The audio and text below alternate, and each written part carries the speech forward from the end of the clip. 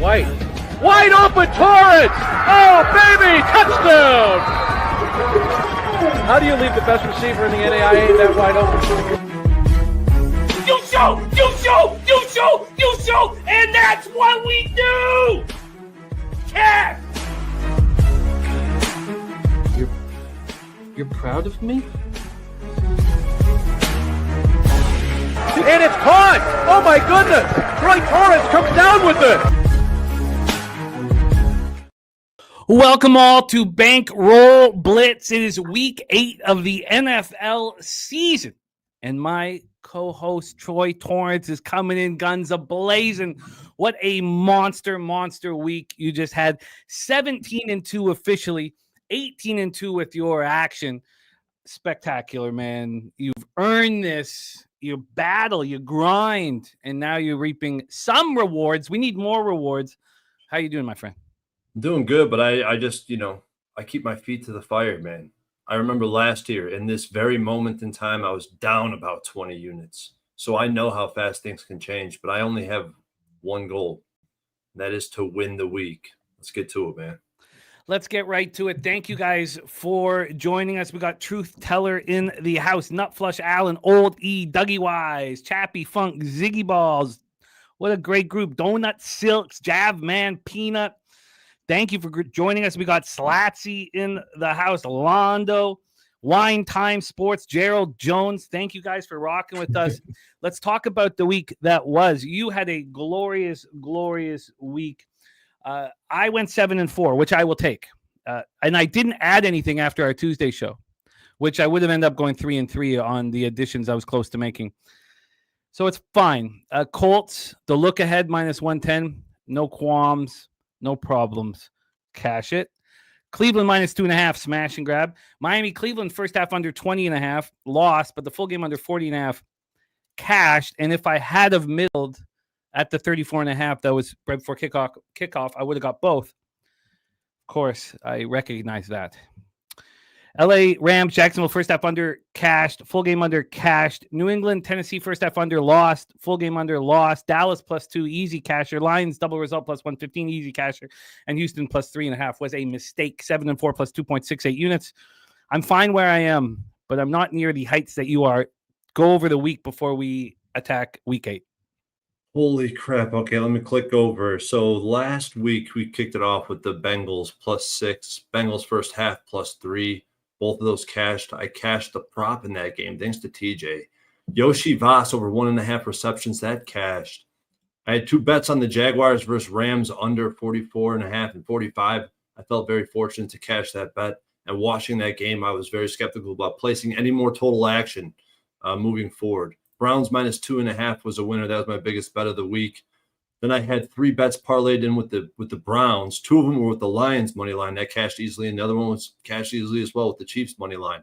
So basically, I had 4 bets on the Browns that all cashed. 2 more props. So I went 3-0 in the prop market. Tet McMillan under 55.5 receiving yards. That cashed. Tajay Spears over 10.5 receiving yards. That was a winner. 2 bets doubled up on the Eagles money line. Eagles -1. Both of those were winners. And then I had the Jets money line, which Slatsy's giving me shit for. Luckily, my wife forgot about my contractual obligation to not bet the Jets. And here I am with the Jets on my card. Hopefully she's not watching the show. She's not home right now, so she's not. Thank God. And then I had a teaser with the Jets +8, Colts +8. That won. Luckily, the Jets were on that one. That was a winner. Cowboys money line. That was a winner, +110. Falcons versus 49ers under 47. Was a winner. The banter on that live stream kept me off of a losing bet in the Falcons. So that was a team effort to keep me off a loser. The Lions double result +120 was a winner. And then the last bet of the week, which I almost forgot about at that point, how great the week was. Texans +3.5 was a loser. But you look at the noise canceled score, and it shows the Texans as the winner of that football game. Yeah. I can't wait to talk about it. Can't wait to talk about it as well. Thank you guys for joining us. Vincent Hawkins, Harold Williams, Mark A., Rob McMahon. We unite to defeat the books. Sometimes when you have a foe so unruly and intelligent like the books, it takes a village to knock them out. Knock them out the box, Rick. That's what we just did last week. Let's do it again. We start Thursday, October 23rd, 1 p.m. Eastern. Minnesota Vikings 3-3, 2-1 on the road at the Los Angeles Chargers, 4-3, 2-2 at home at SoFi Stadium in Inglewood, California. This is the game that I could sit and talk about for a long, long time. The line is moving to the LA Chargers, and I love it. I have not moved on this game yet. You know the success we've had fading the Chargers now. And it doesn't stop. It doesn't end. And I am planning on attacking them yet again here. But this line's moving to the Chargers. If my dad had waited a little bit on his action, he'd have a 3.5 right now. He doesn't. He is the +3. This opened up 3 at, well, the look ahead was 3 as at a pick'em. Then it reemerges on Sunday at 3, but this time the 3 is heavily juiced to the Vikings, -121. That moves quickly away from the Vikings, like few minutes it took to move towards. I guess I take that back. Look at that. I guess, no, you know what? It kept moving towards the Vikings. Interesting. So moved to 2.5 towards the Vikings. That's where it ended, at the pick'em at 2.5. Then we started getting an onslaught of Chargers cash. So it moves to 3. It moves to a flat 3 on Monday at 12:20 p.m. And it moves to a 3.5 today at about 2 p.m. So I'm looking at a -3 at -123 for the Chargers, which means 13 cents of movement from that -3 line. When we get to the total here for this one, we have a 44.5. This one is juiced to the over. The look ahead was 42.5, reemerged on Sunday evening at 43.5, got up to 45. Now we have a 44.5. Fireside said Vikings have major quarterback issues. They are a bust. Chosen one saying Aaron Jones returning off of IR. Let's discuss all of this. So let's start with these Minnesota Vikings. Their passing offenses looked horrific this year. A far cry from what we saw last year with Sam Darnold at the helm. Ranked 30th. Rushing offense ranked 23rd. Red zone offense 20th. And third down offense 26th. Does not look good. And their defense, the pass defense is ranked 11th. And rush defense is ranked 21st. But red zone defense is 4th in the National Football League at 47.1%, which is very interesting because the Chargers have the second worst red zone offense in the NFL. Then we have a third down offense that is second in the NFL, and that is very important because the Chargers excel on third down. They are ranked 4th. Let's talk about what we just saw from the Vikings coming off a tough 20 to the defending champion Eagles. PFF noise canceled score was much closer, 25-24 Eagles. Vikings lost the game despite having 6 red zone opportunities and giving up just 1. That's hard to do. Carson Wentz was 26-42 for 313 yards and 2 interceptions. He also ran 4 times for 28 yards. J.J. McCarthy has been sidelined since he suffered a right high ankle sprain during week 2 loss to the Falcons. He's been able to practice in a limited capacity. He did all last week. He's done it again this week. Carson Wentz was also limited. He's dealing with a lingering shoulder injury, but he is expected to be the starter. Schefter reported that McCarthy's 6-week recovery timeline is intact, which means McCarthy is targeting a return to action week 9 when the Vikings travel to Detroit. We got to keep an eye on that here. So I was thinking that Aaron Jones Sr. was coming back on week 9 here. That's what I was expecting. Not yet. But in the chat, we're hearing that he is coming back, returning off of IR this week. Because I have week 9. So I will double down and look into that when Troy is discussing the spot. Jordan Mason continues to carry the load with 15 carries for 57 yards and a touchdown. Addison caught 9 passes for 128 yards. Justin Jefferson 5 for 79. So the big guns are eating. But the Vikings were just 1 of 6 in the red zone, 7 of 15 on third down. They held onto the ball for 34 minutes. That's what you have to do to beat a team like the Eagles. Backup center Blake Brandel looked terrible. It's a problem. His snaps are high. One sailed over Wentz's head. He got destroyed by Ojomo, got run over by him. Crucial third down back in the fourth quarter from the 10. And Ryan Kelly will not be back until week 10 at the earliest. So Blake Brandel, that's who you got to work with. That's who we got to deal with. He's got to be better. Vikings defense was strong throughout and deserved a better fate. They held the Eagles to just 13 first downs, 3 of 10 on third down, held them to just one attempt, which did not turn into a touchdown. Pass rush finished with 3 sacks and 4 quarterback hits. They are still without starting outside linebacker Andrew Van Ginkel. He's missed 3 straight games. He was a limited participant in practice today. He is trying to return. Before we get into the Los Angeles Chargers, Troy Torrence, let's talk about these Minnesota Vikings. And also, you can let everybody know that you have moved on this game, and we can start there, but discuss the Vikings first before we get into the Chargers. Yes. Man, okay. I look at this. It's hard, it's always hard for me to talk about one team without talking about the entire picture together. But I do want to touch on Flores and his defensive scheme, which has been standout, head and shoulders above most other defenses we've watched in the NFL. Mostly because it didn't look like historically over the past 2 seasons that he had the pieces to succeed on defense, but he always seemed to rise above. Like you always say, the parts are they're more than the sum of their parts. Like that's what it was, because Flores was the glue with that defense. But I feel like the more that teams get to watch Flores on film, the more they're starting to pick up how to expose their defense. And I feel like they're blitzing at the highest rate in the league, number one. They're still able to get pressure because they're blitzing. If you just leave their pass rush without a blitz, they're not generating any pressure, which is not very common with some of the assets they do have on that defensive front, which is pretty damn good. But there's too many exploitable ways to attack the secondary. I think they're coached to guard for 2 to 3 to 4 seconds because they know the blitz is coming, and that's risky. And the Eagles exploited that. And Hurts is definitely a quarterback that's able to do so. And I think Justin Herbert, if given enough time, which we're going to talk about, will be able to exploit that as well. You look at some of the scoring drives and the big plays that happened against the Eagles, that the Eagles were able to generate against this Vikings defense. 4th and 4, there was a 37-yard touchdown pass, a double move. 3rd and 5 in the second quarter, 79-yard touchdown pass, another double move. And then 3rd and 9 to ice the game. He brought the house, cover 0. They were guarding the sticks. A.J. Brown, double move, 45 yards. Put the game to sleep. Good coordinators and good QBs are going to be able to exploit a polarized defense like this. They just have to be able to figure out how to pass protect, how to slide the protection. Just like everything in the NFL, every scheme or concept has to be used sparingly, or else it has a shelf life. Offensively, there's going to be issues, man. This team does not have a quarterback. I mean, I guess you could say they have a quarterback, just not a competent one. Despite the elite offense and talent at receiver, I mean, they struggled to generate push in the trenches. Obviously, you're getting subpar QB play as far as I'm concerned, especially in the red zone, especially on critical downs, and especially when under pressure. Like after watching Wentz this past week, I feel like if they had any competent quarterback in there, and I don't think J.J. McCarthy is one based on what we've seen. I think it'd be too early to say he is or is not.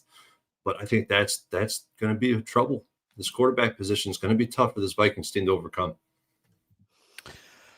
Let's talk about the Chargers. Dougie Wise moving on the Chargers, just like last week. Everybody talking Chargers. Just like last week or the week before or 3 weeks in a row now?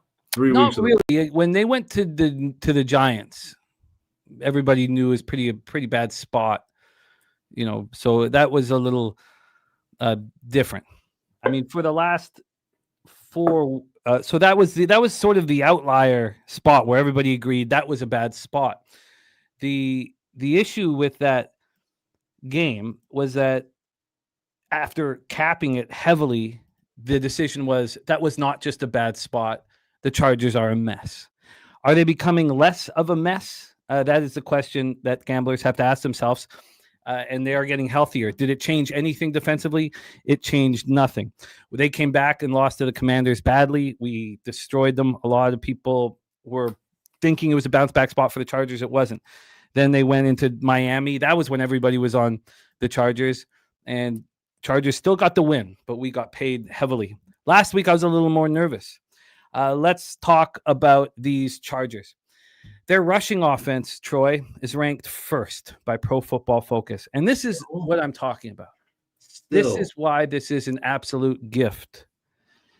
Because statistically, the Chargers have very good numbers. But I know that's not what we're getting out on the field. Passing offense ranked 7th. Now, it was a very interesting situation in their 38-24 loss at home to the Colts. The noise-canceled score was much closer at 32-29 for the Colts. And the offensive line gave Herbert some protection. Herbert threw for a career-high 420 yards. Their red zone offense, as I already stated, second worst in the league. Their third down offense is 4th. Pass defense is 6th. Rush defense 13th. Red zone defense 6th. Third down defense 21st. And their pass rush is the third worst pass rush in the NFL. So Herbert led a non-existent run game. Now, it was non-existent because they were playing from behind. I understand the X's and O's of the situation. Had they not been, maybe they could have utilized their running game, which we did not see. The offensive line only let him get sacked 3 times, but we know he's the most pressured quarterback in the NFL. He took 15 quarterback hits. He did have 37 completions, which set a franchise record. I do not believe in Kamani Vidal and Hassan Haskins. They combined for 10 carries for 23 yards. In the first half, the Chargers had 10 rushing yards on 6 carries, and yet statistically, they're ranked the number 1 rushing offense in the league. Oronde Gadsden was great, 7 catches for 164 yards and a touchdown. Keenan Allen looks rejuvenated and looks like a surefire first ballot Hall of Famer. 11 catches for 119 yards and a touchdown. Chargers went 11 of 20 on 3rd and 4th down and went 3 of 4 in the red zone. But their defense looked awful. They could not get any stops. The 30th ranked pass rush already had Denzel Perryman and Khalil Mack back. Now, what happens is recovery. These guys hadn't played for a while. They're coming back from injury. 72 hours later, they've got to do it up again. We saw what happened. The Steelers came off of a bye week. They had 72 hours to prep for the Thursday, and their defense looked battered and broken. Mack had the lone sack, 1 sack. The team had 5 quarterback hits. The Colts went 8 of 14 on 3rd and 4th down, 4 of 5 in the red zone. We know they're not stopping the run ever since Deshaun Hand went on IR. He can't come back until week 10. They're hoping that they get Joe Alt and Trey Pipkins back this week, but it's a short week. Not only that, but Austin Deculus. He's an offensive tackle that's being now starting where he wouldn't start on any team in the NFL. He hurt his ankle and he's listed as questionable. Then their defensive line, Ogbonia, hurt his elbow and he didn't return. He's listed as questionable. So I will be on the Minnesota Vikings. I don't know how hard I'm going to slam it at this point.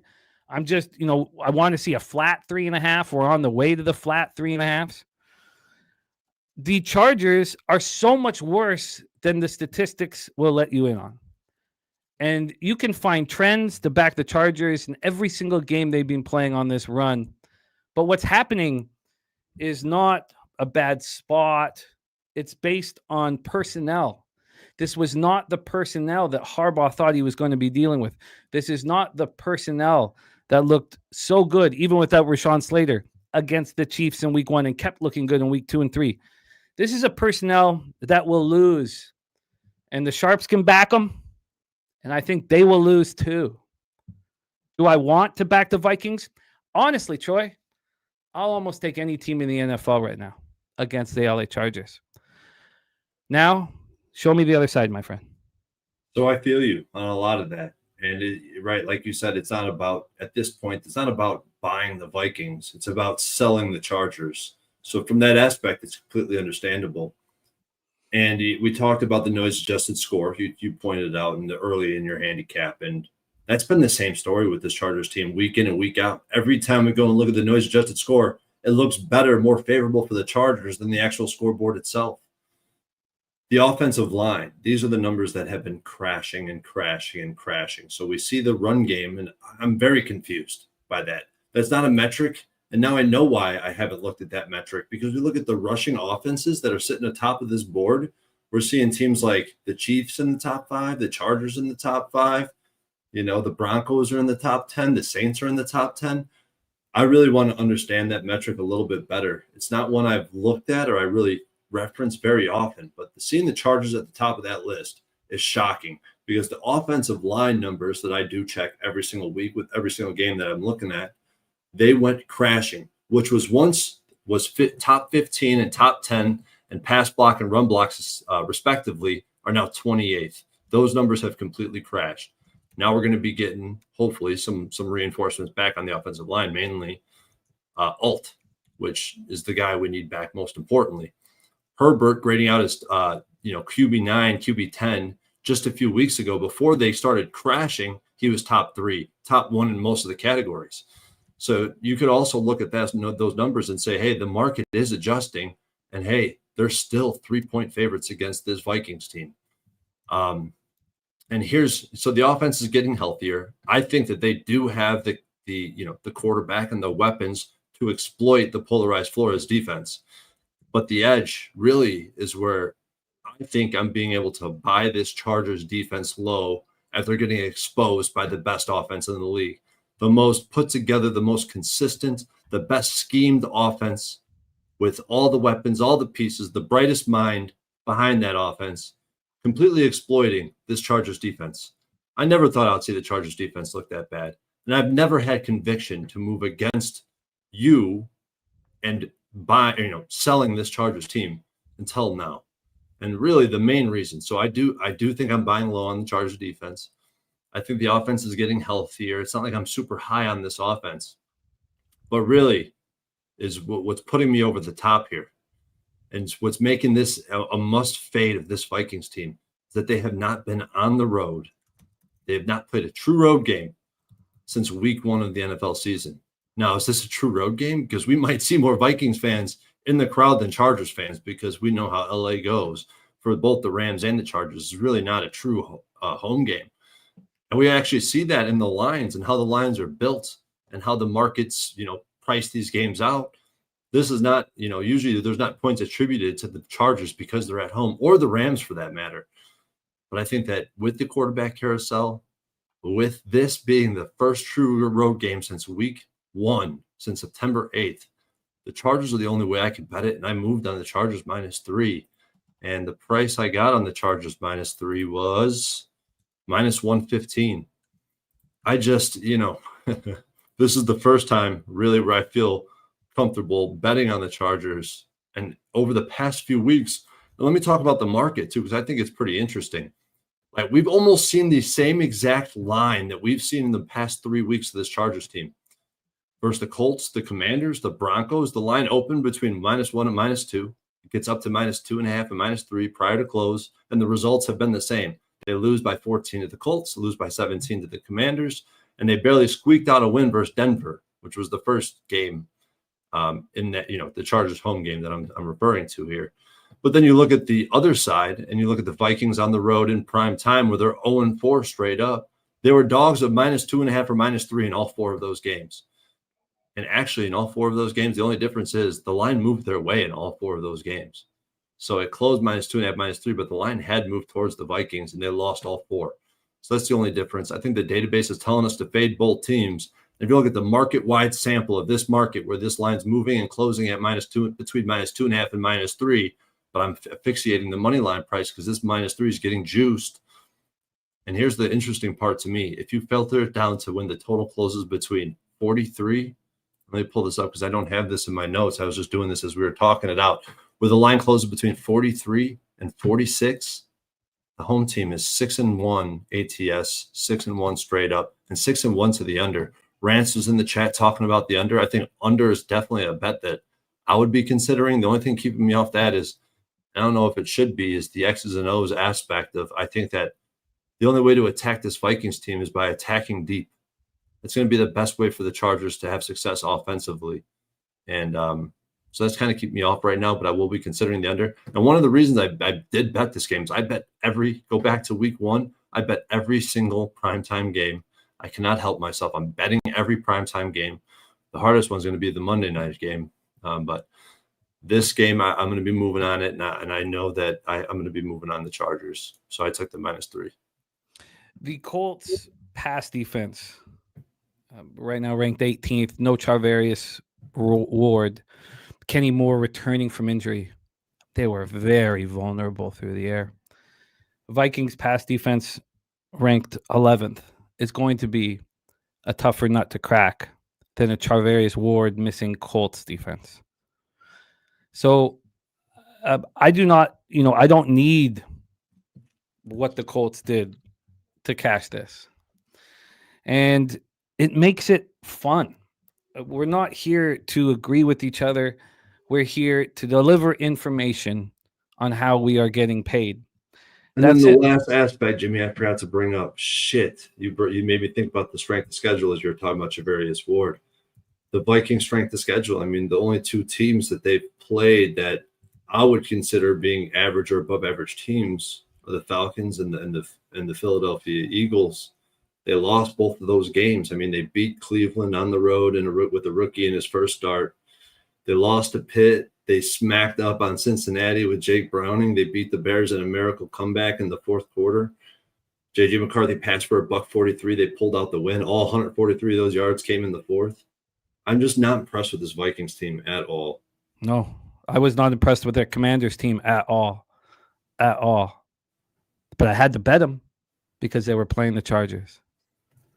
So Thursday night, Troy Torrence, my friend, we shall see. And it will be fun. And it's okay. It's not. There's nothing wrong with not agreeing. It's just makes them adds level. The only thing is, Jimmy, like I would, if this was a noon start on a Sunday, I probably wouldn't have bet. I'm going to be honest. I never seen Jimmy the Bag this bullish on any angle in his life. But looking at this line and looking at all this stuff and watching him cash 3 weeks in a row makes it even harder. But I think it might have ran its course. Yes. Oh, I heard that. I've heard that. The thing is that it's not 3 weeks in a row, Troy. It's 4 weeks in a row. And they told me the same thing last week, that it had run its course. So we shall see. And I haven't moved on it yet. Sharps, public, people. We didn't even go over what the board is telling us right now. So let's just move over to the board and just see the cash flow, because when I looked at this earlier, it was about 55 to 60% of the action on the Minnesota Vikings. So let's see what it is right now here. We'll take 1 second. And the Thursday nighter, I don't want to mess with the total. I think there's a ton of volatility in this game because of the Chargers. The Chargers are the volatile football team. 52% of tickets, 54% of cash on Minnesota. You have 57% of tickets on the under, 84% of cash on the over. And it looks like 3.5s might be leaving all of a sudden, actually. I'll have to make a decision. I think I'm going to move on the 3.5 here. Dougie Wise, you're right. The Colts are light years from the Vikings. How many light years are the Commanders from the Vikings? The best you'll be able to get on the Vikings plus 3.5 will be minus 115. I don't think he goes any further than that. So if you're getting minus 115 right now, I think that would be the best. Yeah, I think I need to have one unit on it tonight, and I'll make sure that that's locked in, and then I can decide, if I want more. Vikings Chargers. Join us for our Thursday night live stream right here on Pub Sports Radio. Troy Torrence, let's roll on to Sunday action. 1 p.m. Eastern, we have the Miami Dolphins 1-6, 0-4 on the road at the Atlanta Falcons 3-3, 2-1 at home Mercedes-Benz Stadium in Atlanta, Georgia. We will have our records up shortly. I didn't send them. It was my fault that they're not up, and they're gorgeous.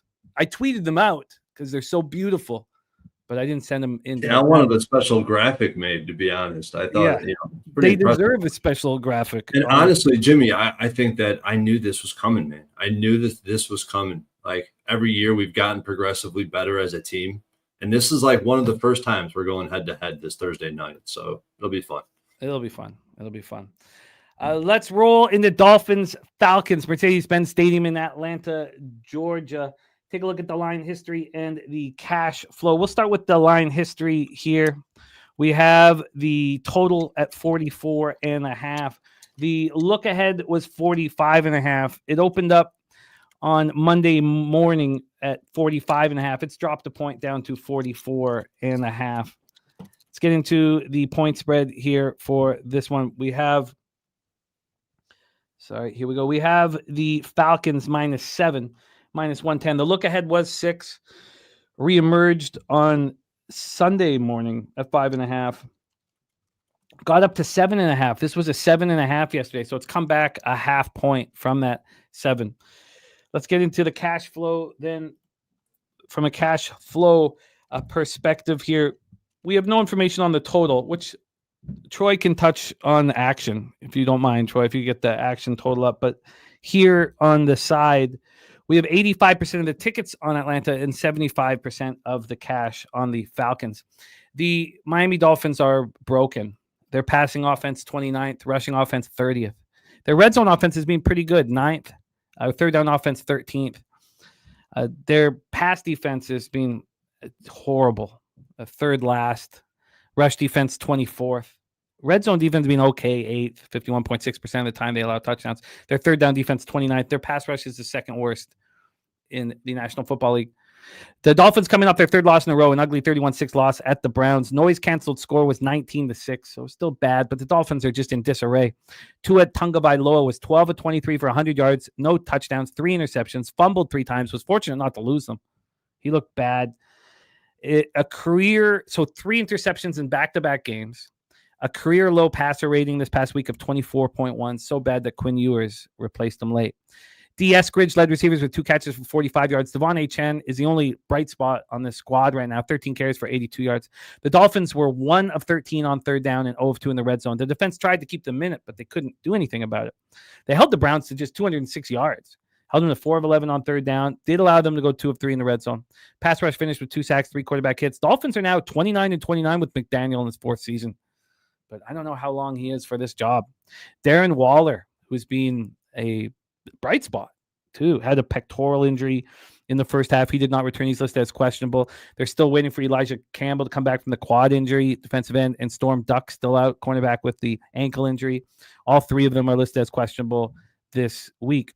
Let's talk about the Falcons. Passing offense 25th, rushing offense 6th, red zone offense 29th, third down offense 9th. Their defense as a whole has been a problem. Their red zone defense is the worst in the NFL. They allow touchdowns 72.7% of the time. I mean, we're in week 8 now. We can trust these numbers. Pass defense 15th, rush defense 26th, third down defense 16th, pass rush 15th. Dizzy Donut says Falcons bounce back, or at least you think. Dolphins dumpster fire. Let's talk about the Falcons coming off an ugly 2010 loss at San Francisco. Noise canceled score was 22-16 San Francisco. Penix was 21 of 38 for 241 yards and touchdown. He also lost a fumble. Darnell Mooney led receivers with 3 catches for 68 yards. Bijan Robinson was held to just 14 carries and 40 yards, but he did catch 6 passes for 52 yards and a touchdown. Falcons were 5 of 11 on third down, but failed on both fourth down tries, 1 of 2 in the red zone. The offense could not produce against the defense missing all-pro linebacker Freddie Warner and star edge rusher Nick Bosa. The defense couldn't get stops with the game on the line. The Niners, with this very pedestrian offensive group, now they still have CMC Music Factory, but it's a tough, you're missing a bunch of playmakers. We're 9 of 15 on third down, 2 of 2 in the red zone. The pass rush was quiet. Falcons had a sack and 4 quarterback hits. Caden Ellis had an interception. And then more injuries. Divine Diablo, forearm injury, important linebacker. He leaves the game in the first half, doesn't return. It's fractured. So he's week to week. Billy Bowman, the safety, and Jalen Walker, 2 young studs, both inactive. Their list is questionable this week. Now, they could get some help. Jordan Fuller, important safety, has been designated to return off IR. He could be available at some point this week or next week. Troy, Torrence, Dolphins, Falcons, Mercedes-Benz Stadium. Take it away. Yeah, I actually moved on this game as well, but only with teasers, and I teased the Falcons. I'm actually wielding the Falcons in teasers. I got 3 teaser legs, and I've basically created 3 bets, right? Teasing all of them together. I faded this Dolphins team last week with a max bet, right? I buy the low on the Browns, perfect weather, great matchup, and relationship to the weather. And this team is slowly evolving into the worst, or I should say devolving into the worst team in the NFL. And again, Faber sent me a video where McDaniel seems to be tripping, mumbling over his own words.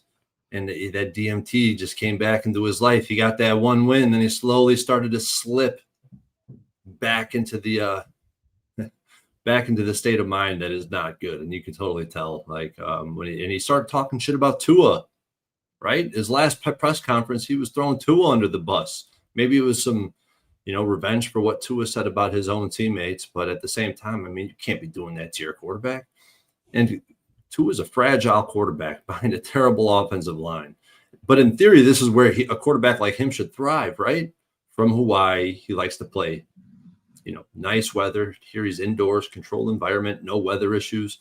but losing Tyreek, I think, is mattering more than I imagined it would, especially with Waller, evolving into the tight end he's been able to be for this team. But this team is 1-6 right now with the 5th easiest strength of schedule.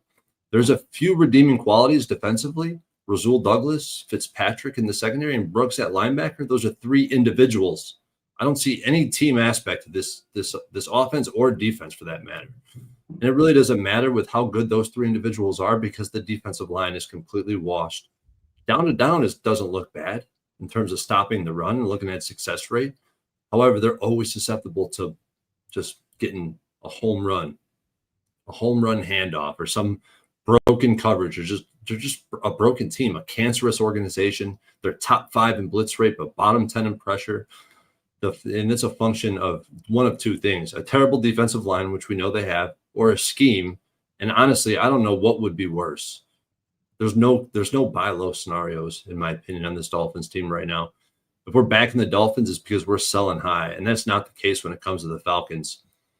And back home, where the Falcons have been much more competitive, they took Tampa Bay down to the wire. They stomped the Commanders and the Bills. They got all the elements I want, especially at home. We've seen them with a great running game behind a great offensive line.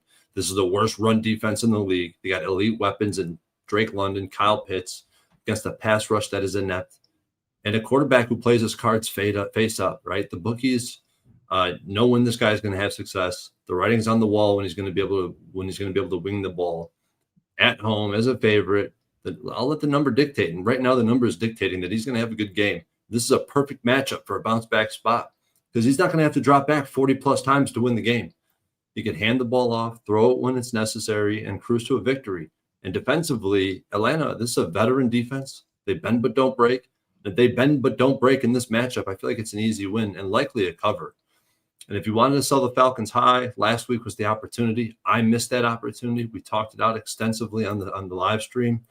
They got exposed by a phenomenal coaching staff with a team. And I'm going to keep saying this, Jimmy, because you say it a lot, and it's just sticking with me. A team that is the San Francisco 49ers are more than the sum of their parts, but now they're back home where they've been great against a cancerous, broken team. And the messages in all my circles after that, the conclusion of that 49ers Falcons game was this Falcons team is fraudulent. Penix is fraudulent. We've seen this story before, yet we're looking at a monstrous number. The bookies are telling us they're going to get the job done. It's one of those spots where I would say that you're going to see the sharps coming in and hammering the Dolphins, saying, I love the number. Then the home team, the home favorite just cleans up. Dolphins are not sharp at this point. I feel like if you're betting the Dolphins, it's a reckless play more than anything. And I don't care who's playing quarterback. It's time to get back on the Atlanta train. So I did. I moved on the Falcons-Eagles teaser, -120 for a unit, and the Falcons-Ravens teaser, -121 unit. I have a lot of favorites this week. Makes me a little uncomfortable. Falcons, Ravens, and Falcons. What was this? The first one? Sorry. Falcons, Eagles, -1. All of those legs are -1. So Falcons -1, Eagles -1, Falcons -1, Ravens -1. It feels like a few different things. One, that we should probably not be scared of the situation here. Falcons double result at -115. That's what I should have brought that up. I think that's a really good point. Falcons team total over, but also just the over in this football game. The Falcons pass defense ranked 15th, rush defense ranked 26th. Achane should probably have a day. He should probably create a situation where the Falcons have to have, be concerned about the running game, which should open up the passing game. I mean, the total is probably too low. I mean, points should be scored in this football game, especially if the Dolphins do just crumble and break. It feels like this total is too low, that we're just taking advantage of the fact that they just scored 10 points outdoors, but now they're indoors. Of course, the Dolphins just scored 6 points outdoors, but now they get to go back indoors. So wait, what do you have for the line movement in this game? Do you have the reopen after the Falcons game being at -7? Sorry, let me just move back It's to just so weird to me because 10-19. I mean, I have this move the full point. This move a full point towards Atlanta? Yes. This reemerged on Saturday night, didn't it? Saturday night at 10:52 p.m. Yes, Saturday night at 10:52 p.m. at a 6. So then 8:11 a.m., 8:21 a.m. I mean, this has been a live line for a while. There was a huge move from a 6 to a 7.5 yesterday morning. So I think it's just a Falcons smash and grab. With WT taking Atlanta minus 13.5 plus 170. I mean, it feels like it's one of those situations like when the Browns were being hammered by the Sharps in, what was it, 2021 or 2020, and they were losing every single game, but there was still value with them. I'm sure if you plug this into a model, you'll think, oh, the Dolphins can keep this within 7. Yeah, it's true. True. The issue with Miami is they have the 3rd worst third down defense and the 2nd worst pass rush. This is the wrong team to be going up against. I mean, the Falcons can kill you with 1,000 tiny cuts. Yeah, I actually I'm actually liking the double result. Let's see what old Bet365's got. I got minus 115. I'm looking at it right now. I think it should be bet. Let's do it. Minus 115. Yeah, I'm moving on it. all right, and I'm going to join you here in a little bit. There we go. I think that we just have to be public in this game and attack it. That's what I think. So, and that's what I plan on doing. I think that points can be scored. And if we take a quick look, let's just take a quick run through here of the home games that the Falcons have faced. Because obviously, in our head, we're all thinking about them scoring 10 points in San Francisco against the defense that was missing Warner and Bosa, and it was ugly. But let's just take a quick look at their home games here. They lose 23-20 at home to the Bucs to open up the season. They beat the Commanders 34-27, and they put up 24 points against the Bills. Yeah, maybe so only one game of their 3 home games has gone over this total. But I think the Dolphins can help. I think points will be scored. So I plan on the question, of course, and I'm sure you guys are all asking yourself is, well, how many units do you want to invest? The double result, That's the true. -7 and the full game over. I mean, even that is, this isn't the spot I couldn't wait to talk about or anything like that. So I've got to figure out that I certainly won't go more than 3. I'd be comfortable with 2. I already have 2 units down on the Falcons on the teasers. Yeah, but which is okay, which is nothing wrong with, but that's the question you have to ask yourself here. Right. And True a lot in the house, 4th and 1 Entertainment says that to a must go. Miami will not win another game. Just take props here. Vincent Hawkins looking at Atlanta first half and Wager Detective on the other side. Dolphins +7. I imagine Wager Detective, there'll be a lot of sharps with you. The key for you then you'll need to see this line close at 6.5. If it closes 7.5 or 8, I'd be very concerned. Troy has a Falcons-Ravens teaser, Falcons-Eagles teaser, Atlanta double result, which we just talked about. I haven't moved on the double result yet. Now that I'm trying to load the book. I would have already placed it, but now I have 2 units on the Falcons. I just want to play out the rest of this card, see where it goes, because I already have 2 units down on this game.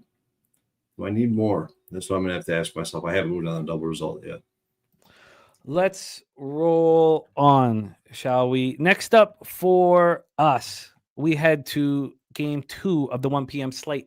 New York Jets at Cincinnati Bengals. Jets 0-7, 0-2 on the road. Cincinnati Bengals 3-4, 2-1 at home. We're at Paycor Stadium in Cincinnati, Ohio. We have 54 Fahrenheit, light rain, 6 mile per hour winds. Let's get into the line history here for Jets Bengals. I am excited about this football game. The Bengals are -6 at -104. The look ahead was 2.5. Reemerges on Sunday night at 6. immediately it starts moving towards the Jets, 5.5, then back to 6.5. So I'm not looking at the look ahead. I'm just looking at the reemergence. So from the reemergence, we moved a half point towards the Cincinnati Bengals. Let's take a look at the total here for this one. From a total standpoint, we have a 44.5. This look ahead was 42.5. It came out on Sunday night at 44, and now we're at 44.5. The Jets are having real trouble scoring. 85% of the tickets and 91% of cash is on the Cincinnati Bengals. Let me get up the Action Network so we can talk about the cash flow on these games where I don't have it here at this point on my board. So from a total perspective, we have this sitting right now with 69% of tickets on the over, but just 39% of cash on that over. And as I said, on the side, it's heavily with Cincinnati, 85% of tickets, 91% cash. AM is moving on this over now. It says over. Ziggy Ball's liking the over in the Jets game. Yes, Slatsy, it will be Tyrod Taylor at quarterback, and I'll go over that here in a second. The Jets passing offense ranked 23rd from PFF, rushing offense 26th, red zone offense 16th, third down offense 30th. Pass defense has been horrific. 26th. I did not expect that. Rush defense has been solid. 4th. Red zone defense 10th. They allow touchdowns 56% of the time. Third down defense 6th. They allow conversions 35.1% of the time. Their pass rush is 27th. Another aspect I did not expect.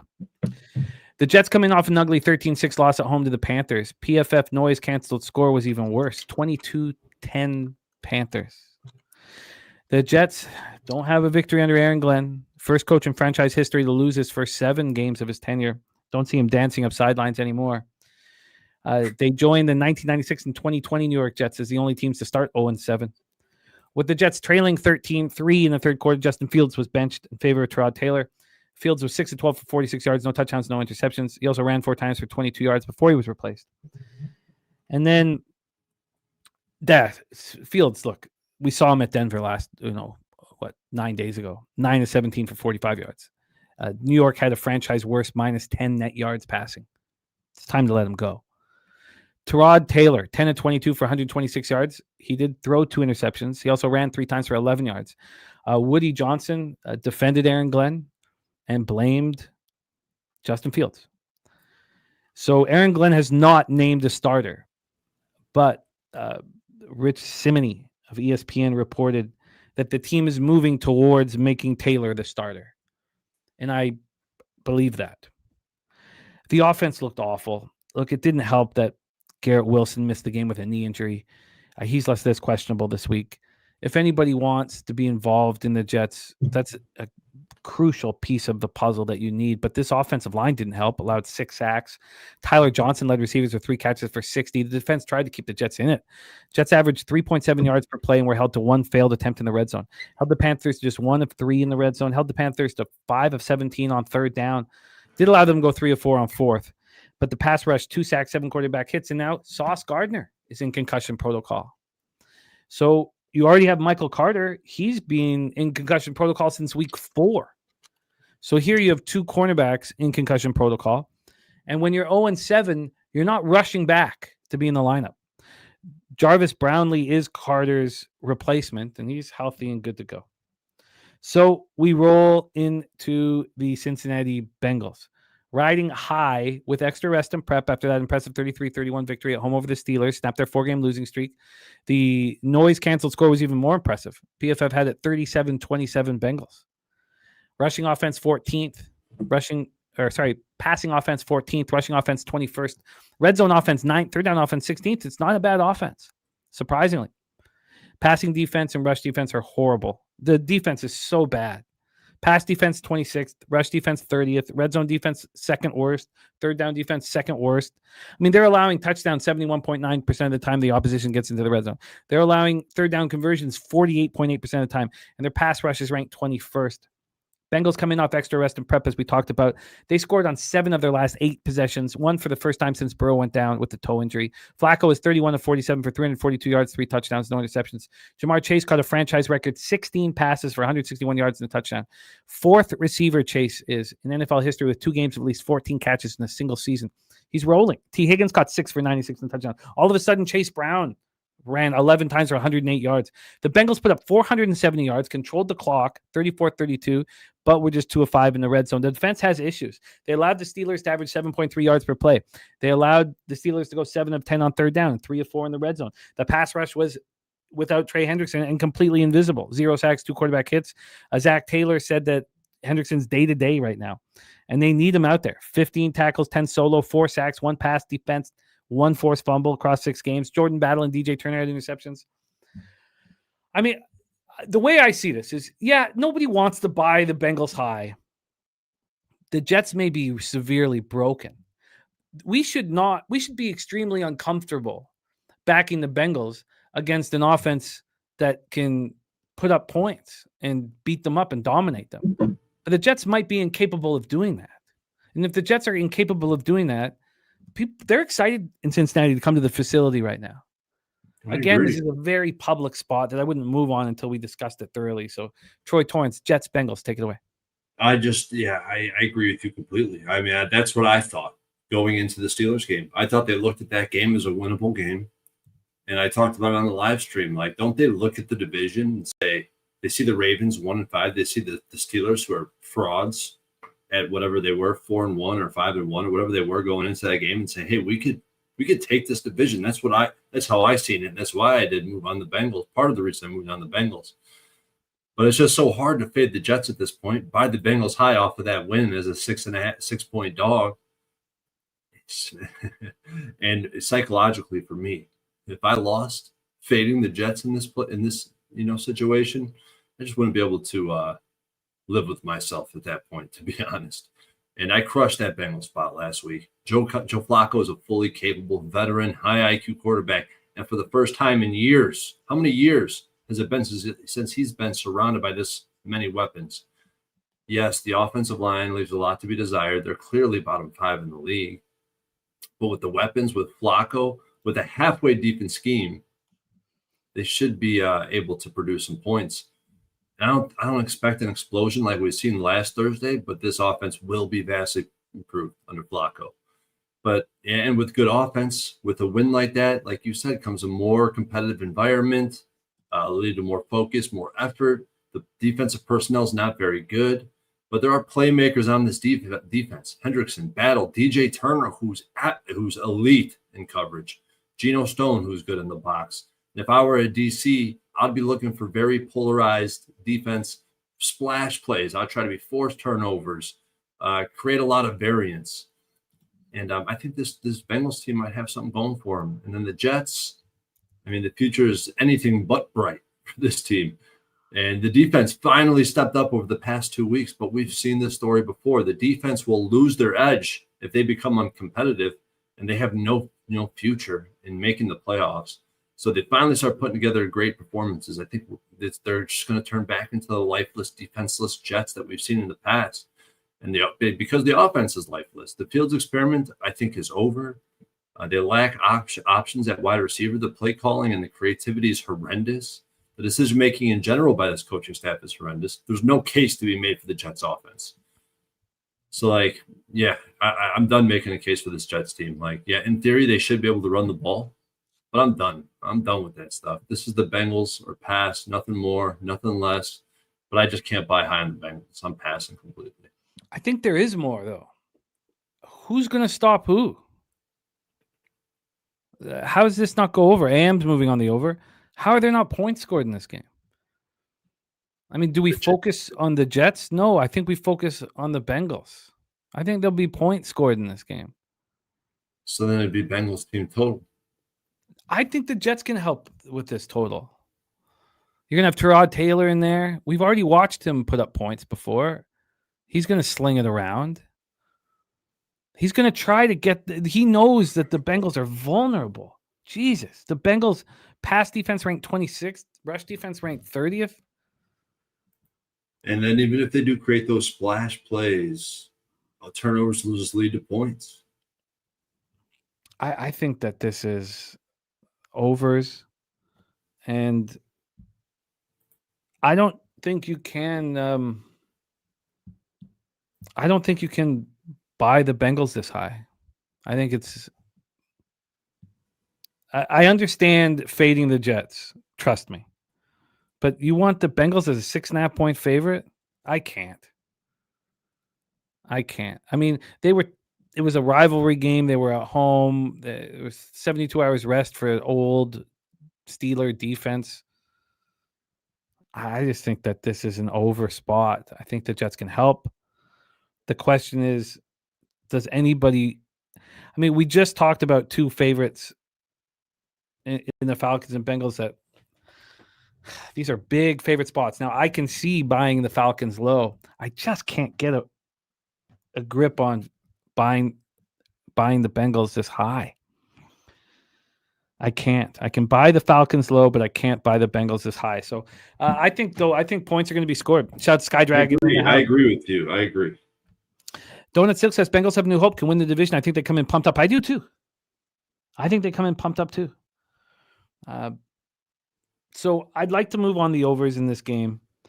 The question then will be, do you want anything to do with the Bengals? I don't think you do. I don't. In fact, I'm not. But I do like the over. I do like points.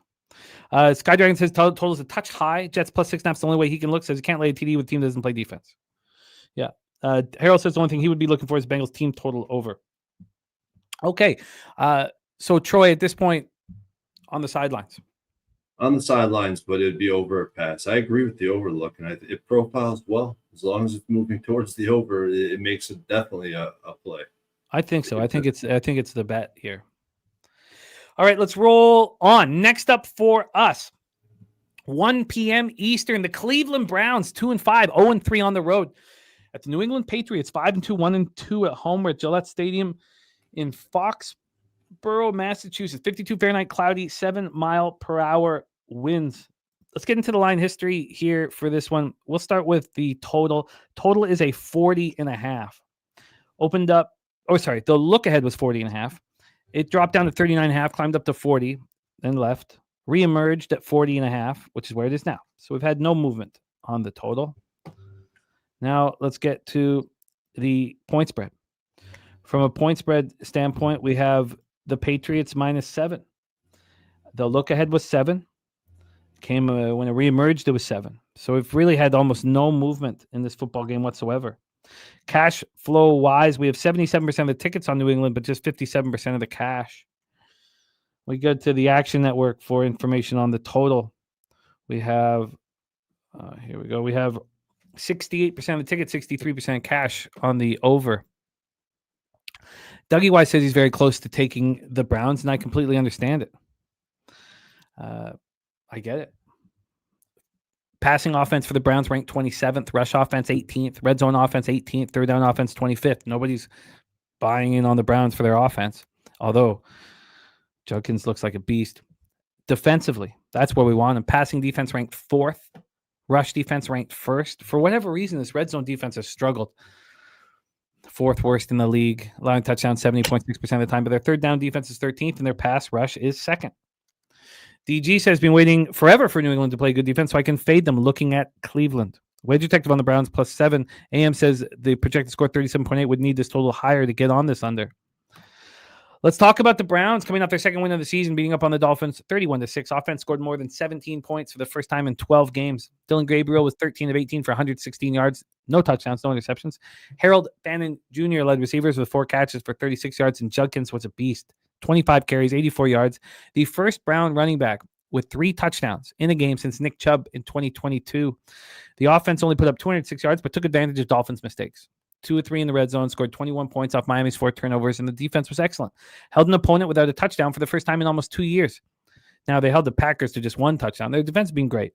They held the Dolphins to 1 of 13 on third down, 0 of 2 in the red zone. Pass rush had 4 sacks, 6 quarterback hits, and the newly acquired Tyson Campbell returned an interception 34 yards to the house. Ronnie Hickman also had an interception. Now, defensive end Aiden Huntington suffered a concussion in the first half. He's in concussion protocol. Njoku is still out with a knee injury, inactive, but not on IR. Offensive tackle Jack Conklin also dealing with a concussion, inactive. And all three are listed as questionable this week: Huntington, Njoku, and Conklin. Let's talk about the Patriots. They look good. Passing offense ranked 4th, but the rushing offense still ranked 32nd.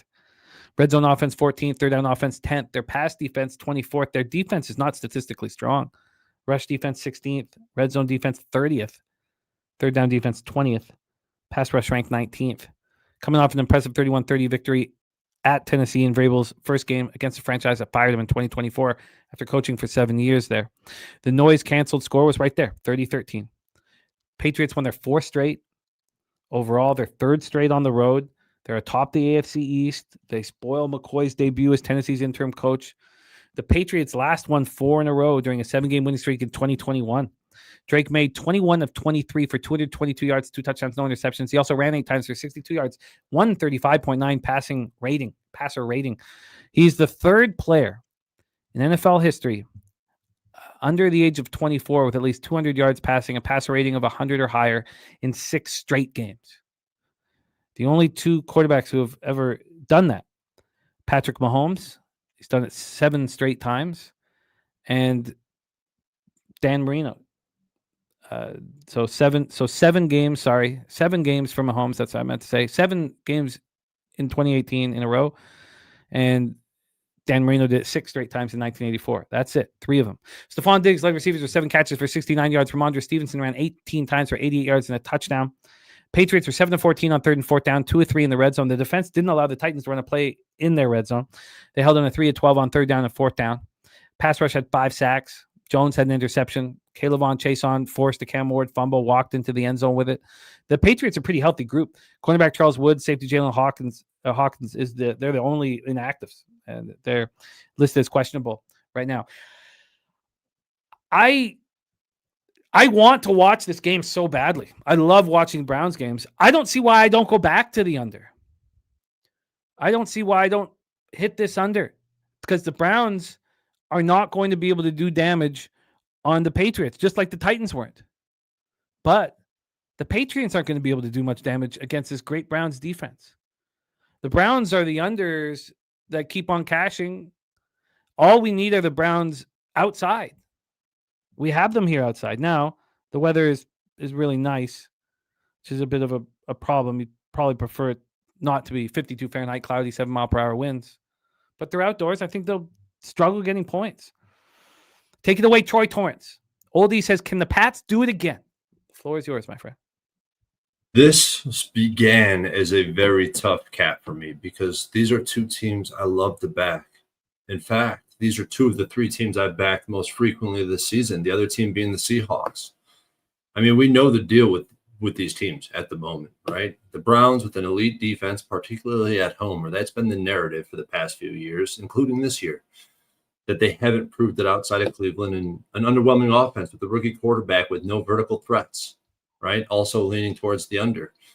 Dylan Gabriel with the lowest ADOT in the NFL, and it's by margin at this point. It used to be our guy, Aaron Rodgers, but now it's Dylan Gabriel, and that makes much more sense for a rookie than a seasoned vet like Aaron Rodgers to be down there at the lowest of the ADOTs. But the Patriots, a team that's clearly uptrending. I've been talking about this team. I backed him 3 weeks in a row. I took a break. I shouldn't have last week against the Tennessee Titans. They have plenty of things going on. Drake May proven to be a top 10 quarterback in the league, and Vrabel has this defense moving in the right direction. But a few things really just came to fruition when I continued to dive into this game, and it stuck out. And it turned me into a bull on this game, and I don't think I'm done betting it yet.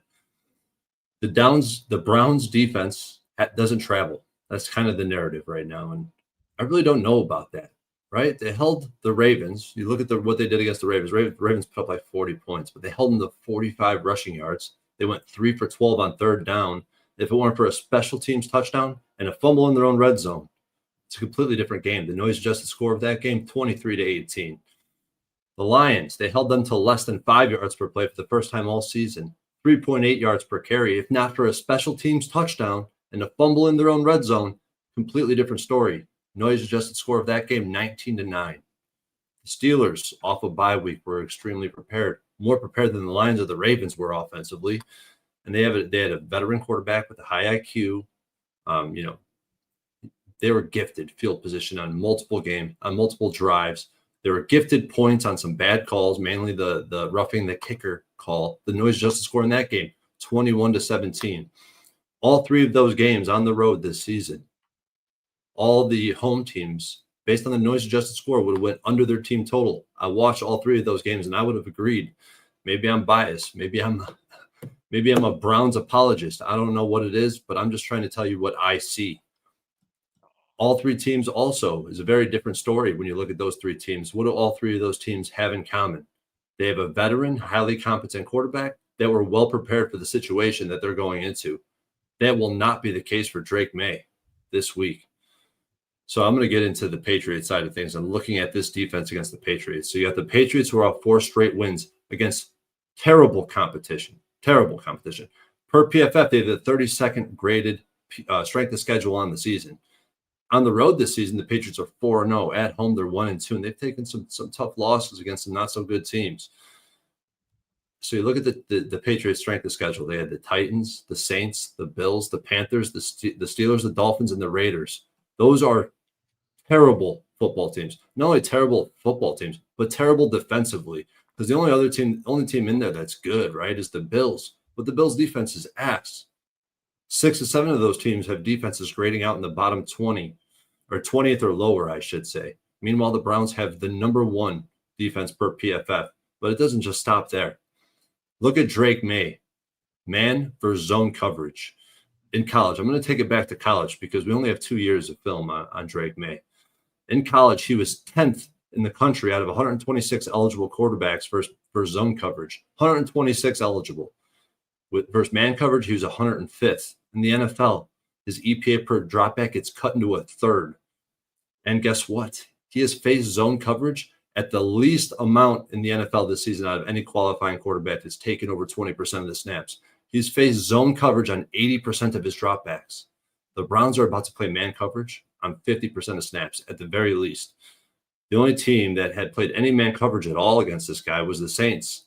And there really is no comparison between like the pass rush you're going to see from the Saints, who I know are at the bottom of the list when it comes to a pass rush. I think there might be even 32nd.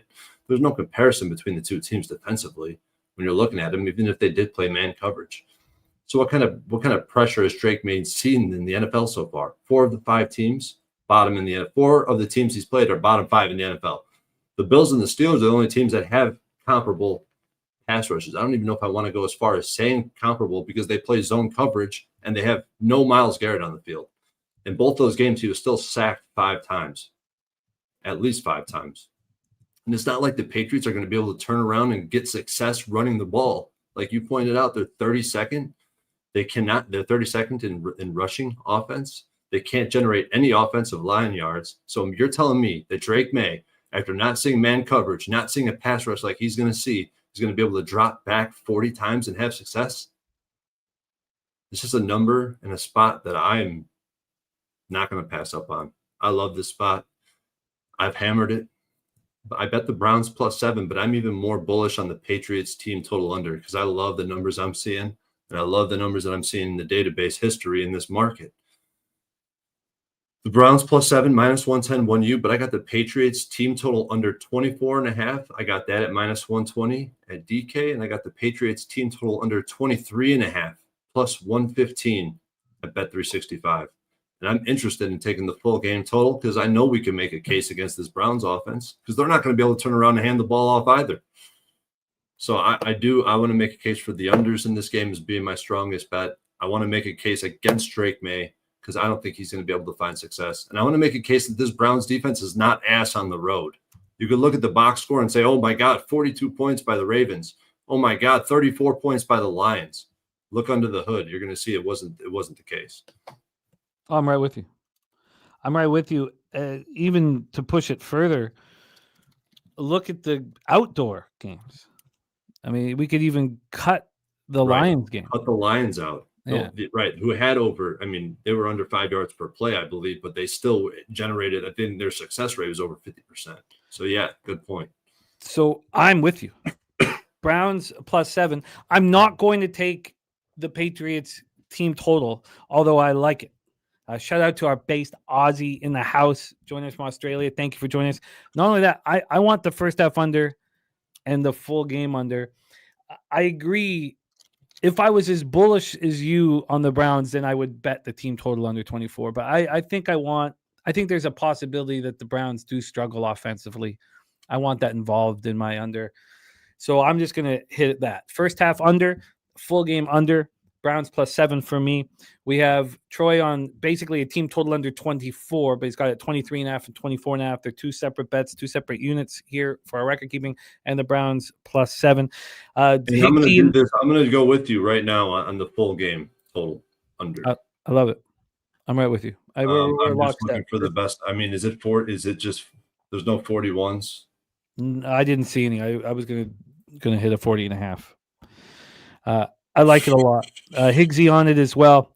DG just bet New England team total under 23.5 at +115. Yeah, +115. Yeah, that's bet 365. I sold. So I had originally bet at 23.5 at +100, and then I opened bet 365, seen a +115. I was like, I went back and sold my other ticket immediately. Fireside says low key favorite game of the week. I love all Browns games. I'm an addict. I think they're so much fun. Higgsy also here with the Browns, and I love it. Let's roll. So see, like right now I'm wondering, so 40 and a half, and let me just go to my total pivot real quick. 40 and 4. See, this is where it's risky. So it's 40 and a half. Over since 2022, 3.58% of games land on 40. 3.58% of games land on 41. Those are two. I have them flagged as key numbers. Anything over 3% is a high number. The highest is 4% at 51 and 4.36% at 37. So 40, 41 is a key. So I'm like, should I wait, see if we can get a 41 when I think it I'm drops. risking a 40? Say it again. I think it drops. Now, it's not going to be expensive to pay for a 41. Right, it's juicing. All right, we are in business. Action is coming. Palms are starting to leak. Let's roll on. 1 p.m. Eastern, we have the New York Giants 2-5, 0-4 on the road at the Philadelphia Eagles 5-2, 2-1 home. Lincoln Financial Field in Philadelphia, Pennsylvania. It's beautiful weather across North America on Sunday, so you're not going to find any trouble spots. Here's another beautiful one. 58 Fahrenheit, partly cloudy, 1 mile per hour winds. Let's get into the line history here for Giants Eagles. And of course, when we're talking about Giants Eagles, it's very easy to go back and remember when these teams just met, which is a crucial part of this cap. The New York Giants beat up on the Philadelphia Eagles just 2 weeks ago, 34-17. You have to think that the Eagles remember that very, very well. We have a -7. It's a big line from what we're seeing from the Giants. I don't know who wants to fade the Giants. The look ahead was 8. Reemerges on Sunday. It actually went down. It closed at 7.5. Reemerged Sunday night at 7. Went down to 6.5, and now we're back at 7. And the 7's juiced. It's a pretty powerful number for what we're seeing from the New York Giants. We have a total at 44. The look ahead was 42.5, and it got bet down to 41.5. Reemerged at 42.5, and now we're all the way up to 44. Cash flow wise, here we have both side and total from Odds Logic. We have the 82% of the tickets on Philadelphia and 90% of the cash. That's wild to me. I imagine the rec gamblers will come in and start hammering the Giants. 89% of tickets on the over, 88% cash on the over. Man Bear Pig says Giants cook them again. He'll be on Giants money line. DG says they've adjusted the total a bit, but not enough. Overs and Philadelphia. So let's roll. The Giants passing offense ranked 24th. Rushing offense ranked 9th. Red zone 26th. Third down offense 15th. We know that they're better than that now. And I guess I should change some of the statistical profiles to the last 3 games, or just Jackson Dart starts that should do that. Passing defense 8th, rush defense still a problem 29th, red zone defense 22nd, third down defense 15th, pass rush 9th. And the pass rush has a big problem. Brian Burns was seen wearing a walking boot on his right foot in the locker room after the loss, 33-32 loss. Who was that, Jimmy? That's the great sack leader, Brian Burns, leading the league in sacks. I don't think he plays. I don't think he plays. So that is a huge, huge issue. DG says, everyone on the Giants, Philly -7.5, Giants on a short week 2 weeks ago. Apparently home field means nothing. We'll see. I mean, at this point, DG, we have 88% of tickets, 82% of tickets, 90% cash on Philadelphia. So we don't need to. Now, hopefully the Giants backers come in. Public shots, though, not at the public shops. It's pretty much not the exact opposite, but 63-61% on Giants. Let me see that. Oh, yeah, 53-61. Well, that's. Oh, is that a 53? That's much more comforting. So let's talk about the Giants. They're coming off a heartbreaking 33-32 loss at Denver. Noise canceled score was 35-32 Giants. They were up 19-0 entering the fourth quarter. Before they fell apart on Sunday, NFL teams had won 1,602 straight games and leading by 18 points in the final 6 minutes. Jackson Dart was 15 of 33 for 283 yards, 3 touchdowns, and an egregious interception. Wan'Dale Robinson caught 6 for 95. Scadaboo ran 16 for 60, caught 3 passes for 34 and a touchdown. Giants were 6 of 15 on third down, perfect 2 of 2 in the red zone. The defense shut the Broncos down until the fourth quarter. They then looked helpless. The Broncos scored on their last 5 drives. They held them to 5 of 15 on third down and fourth down, but allowed them to go 4 or 5 in the red zone. We talked about Burns in the walking boot. Safety Javon Holland left with a knee injury in the first half. He didn't come back. Cornerback Paulson Adebo went out with an unspecified injury in the third quarter. So that's what happened to the defense. So I don't know if you want to get too caught up in what they did through 3 quarters, because they could show up here on Sunday without Brian Burns, without Javon Holland, and without Paulson Adebo. The injury report tomorrow is crucial. Darius Slayton, inactive, remains questionable this week. Let's talk about the Eagles. They're pretty excited right now. Pretty excited. The legend Brandon Graham coming out of retirement to join the team. I've heard some people saying that this was part of the plan. Wasn't sure if his body would make it through a full season. Wanted to stay in shape. Wanted an opportunity like this to come in halfway through. How old is he now, Jim? I think he's 36. I don't have that in front of me. 36. I should not just say that. That's not. But I shouldn't just say that. Let me. Brandon Graham. I bet you're right. I feel like you're right. He's 37. 37. Okay, 37. So Eagles come in off a 28-22 victory in Minnesota that was closer than the score indicates. The noise-canceled score from PFF that Troy got us all on, 25-24 Eagles.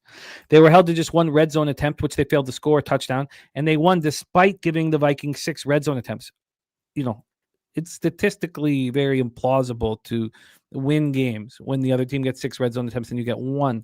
The reason why you win those games is because you're a very quality football team that can handle difficult situations and adversity. Their 3rd-ranked red zone defense was on display all day. They held the Vikings to 1 of 6. Jalen Hurts was 19 of 23 for 326 yards, 3 touchdowns, and a perfect passer rating. Devonta Smith caught 9 for 183 and a touchdown. A.J. Brown caught 4 for 121. And Kevin Patullo can breathe a sigh of relief. This guy, everyone's been chanting his name to get him fired, but they look good. Saquon Barkley, another quiet game, 18 carries and 44 yards. The offense only had 1 foray into the red zone and averaged 7.4 yards per play. 7.4 yards per play. If this Eagles team starts averaging 7.4 yards per play, you know, they're going to have a one-way ticket back to the Super Bowl. They were just 3 of 10 on third down. The pass rush had 2 sacks, 8 quarterback hits. Jalix Hunt and Andrew Makuba both had interceptions. By the way, Brandon Graham is not going to play. He's going to, he said his plan, and the rumor has it this has been the plan for a while, is to be available for the Eagles after the Week 9 bye. So don't expect him in the lineup here. The Eagles also lost starting center Cam Jurgens and 2 key backups on defense. Azeez Ojulari to a hamstring injury, Cam Jurgens, the center, to a knee injury, and Jeremiah Trotter to an ankle injury. Also, Adoree Jackson, sideline concussion. All 4 listed as questionable this week. look, Troy, I'd like to listen to your breakdown because not only am I afraid to fade the Giants, look, maybe it's time to move on to Eagles in the futures market, but they're not at full strength. I don't expect them to be at full strength this Sunday. Take it away. I feel like this is a great spot to back the Eagles on teasers. And if you heard me earlier, you know I bet this team, and I got 2 units on this team, but only with teasers with the Falcons all -1s, right? Eagles, Falcons -1, and Eagles, Ravens -1. The Eagles, they just got destroyed by this New York Giants team, an inferior New York Giants team on prime time just a few weeks ago, and now we're looking at a 7. And in that game, they lost 2 of their key defensive players, Quinyon Mitchell, who I think is a top 5, if not top 3 cornerback in the league, and Jalen Carter. That basically takes away the Eagles' strength of their defense, their ability to apply pressure with 4 down linemen, play cover 4. It's like it basically takes away the cover 4 completely without Quinyon Mitchell, because it turns you can't like the ability for Quinyon Mitchell to line up on the wide side of the field in one-on-one coverage, and that turns into man-to-man coverage in a cover 4. They just can't do that without him in the lineup. With those 2 back in, it's a completely different defense. No more Dart sitting in the pocket extremely comfortable. No more Dart scrambling in between the tackles when you have an interior pass rush that severely limits the running lanes. And everyone had their doubts with Jalen Hurts. I mean, I know he's missed some of those deep shots in the past few weeks. He didn't miss them this past week. I feel like if anything you're doubting with this Eagles team right now, I would not say it's the defense. I think Fangio has his hands around it. I think they have the personnel to be successful. It's the run game. It's the offensive line creating running lanes. And something I think is broken with the scheme.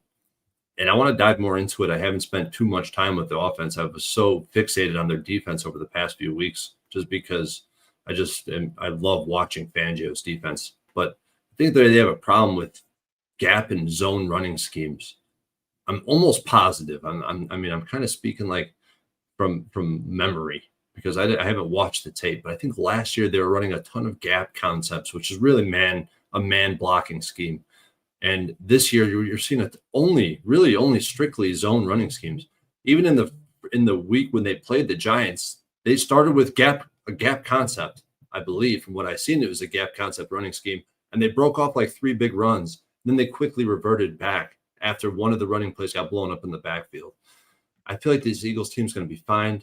They have to find their running game, which I think they will eventually. And the Giants, I think the bookies have had their time to adjust to the new look Giants with Jackson Dart, and they made it clear that this team is significantly improved. They're 2-2 since Dart took over, but it's still well below average Giants team. All the things we discussed, like Dart, his advanced metrics, I was throwing shade on this guy after his first 2 games, but his advanced metrics are starting to round out. They're looking way better. But he's seen a drastically different version of this Eagles defense. And first and foremost, this defense is going to be way more hungry after getting embarrassed on prime time against this guy. And then secondly, you got Quinyon Mitchell and Jalen Carter and their ability to deploy the dynamic cover 4, the amoeba style defense, the cross match scheme. It's still a rookie quarterback that lacks weapons and options at wide receiver. Although the offensive line is vastly improved for this Giants team, and the defense is heavily centralized on this defensive line that's reliant on a pass rush that I think is going to be neutralized. So I'm sticking to my guns and my belief in this Eagles team. Dart has arrived. I think he's going to be a staple in the NFL for years to come. It's just a brutal spot. It's just a brutal spot for them. After losing in horrendous fashion, giving up 33 points and losing a game they should have won on the road, now they go back out on the road against a team that has revenge.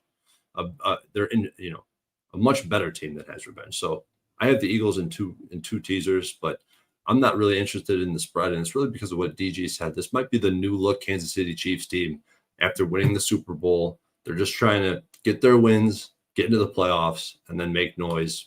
But I think they're fully capable of maybe returning to the Super Bowl. How are there not points scored in this football game? The Eagles are going to want to run it up. The Giants are able to score as well. I know the Eagles defense can have a say about that. It looks like this Giants defense is going to be less than they were a week ago with the injuries. This is too low of a total. Look, I don't look for overs. This one's slapping me in the face. There's going to be points scored. It's too low.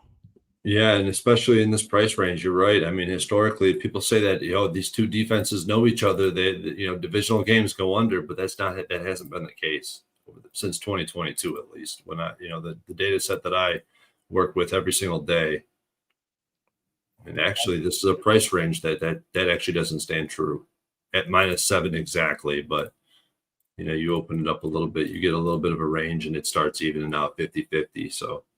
I'm just way more confident in the Eagles pulling out the win. Yeah, I guess it could be. There's other things I can do with this, but I think there's going to be points in this football game. Great job by Jacob getting that 42.5. Impressive.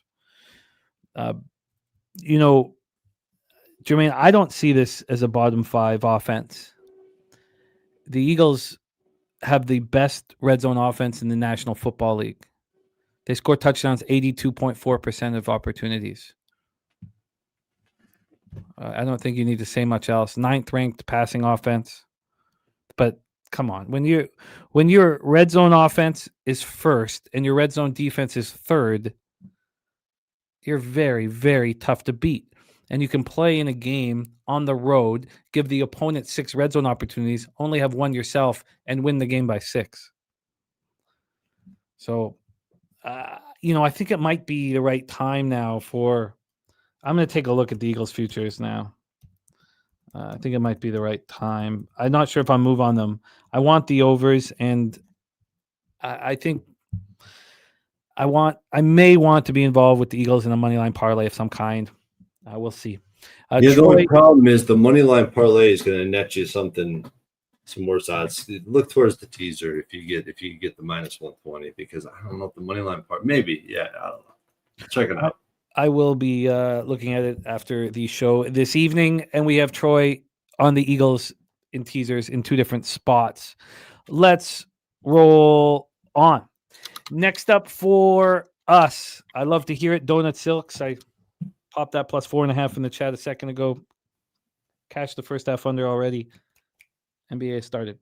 1 p.m. Eastern with the Buffalo Bills 4-2, 1-1 on the road. The Carolina Panthers 4-3, 3-0 at home at Bank of America Stadium in Charlotte, North Carolina. 4-3 Carolina Panthers, undefeated at home. Fun to say. The passing offense. Actually, let's go through the line history here. We have the Bills coming off their bye week. We have a total of 45.5. The look ahead was 48.5. Opened up Sunday night at 47.5. We've dropped 2 points to 45.5. Very interesting. From a point spread scenario, we have this look ahead at 7.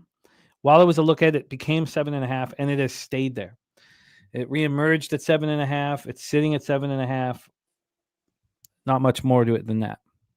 Let's take a look at the cash flow here. We have 76% of tickets, 79% of cash on Buffalo, 50% of tickets on the over, 76% of cash on that over. AM on the over 45.5 here says this total is way, way, way too low. The Bills passing offense ranked 5th, rushing offense ranked 3rd, red zone offense 13th, third down offense 11th. Very, very strong. But that's where the good times come to an end. Their passing defense is ranked 28th. Their rush defense is ranked 28th. Their third down defense is ranked 24th. Now, their red zone defense being pretty good, ranked 9th, 55.6% of the time they allow touchdowns, and their pass rush is ranked 7th. They're coming off their bye week. We last saw them suffering their second loss in a row, 24-14 at Atlanta, and week 6 is Monday nighter. Allen was sacked 4 times. They didn't have Dalton Kincaid, who's been an absolute beast with the oblique injury. Joshua Palmer, who's been their best deep threat, hurt his ankle. And that was a minute in the second quarter, so he was gone. What the hell's happened to Keon Coleman? He gains 112 yards in the opener. In the last 5 games, he has gained 125 yards combined. 25 yards a game. Khalil Shakir, where the hell's he been? Now, obviously, you could say, well, the defender, I mean, he's a WR1 in defenders, in the coach's eyes, and they're focusing on him. But he's nowhere to be found. Allen had season low in points, yards, first downs, third down conversions. What the hell's happened to this Bills third down offense? Over the past 3 games, they're 10 for 28 on third down. Overall, they're 28 for 72 on third down. For the first time ever, Allen looked, no, ever is wrong, but for the first time in a long time, Allen looked hesitant. 2 interceptions. That's his 4th in 3 games. He lost a fumble. I understand that he's spectacular, and this may be a great buy low spot. They also didn't have defensive tackle Daquan Jones. He hurt his calf in pregame. Linebacker Terrell Bernard did not return after hurting his ankle. By the way, Daquan Jones, week to week, he's not coming back. Palmer, week to week, he's not coming back. You have Milano with the pectoral injury. Curtis Samuel with neck ribs. So right now, Bernard, Kincaid, Milano, and Curtis Samuel could play this week. They're hoping that they play. The injury report tomorrow is big. So we have seen this Bills team lose 2 straight. In every year. All the last 6 years, they've lost 2 straight, but they've never lost 3 straight. And then we have McDermott.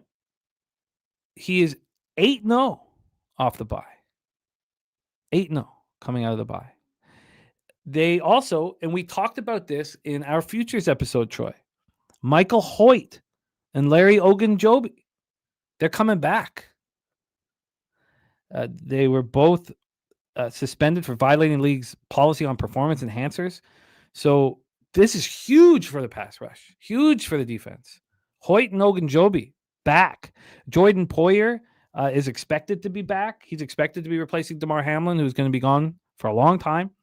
And they have also a bunch of people on injured reserve that they expect the 21-day practice window to open up this week. And they're rookies. They're cornerback Maxwell Hairston, cornerback Dorian Strong, defensive tackle TJ Sanders. So at this point, Milano and Terrell Bernard are thought to be in the lineup. That was a very long breakdown. So I want to talk about the Buffalo Bills coming off the bye before we talk about the Panthers. Troy Torrence, talk to us about your thoughts on the Bills and whether you're interested in backing them here. I can't.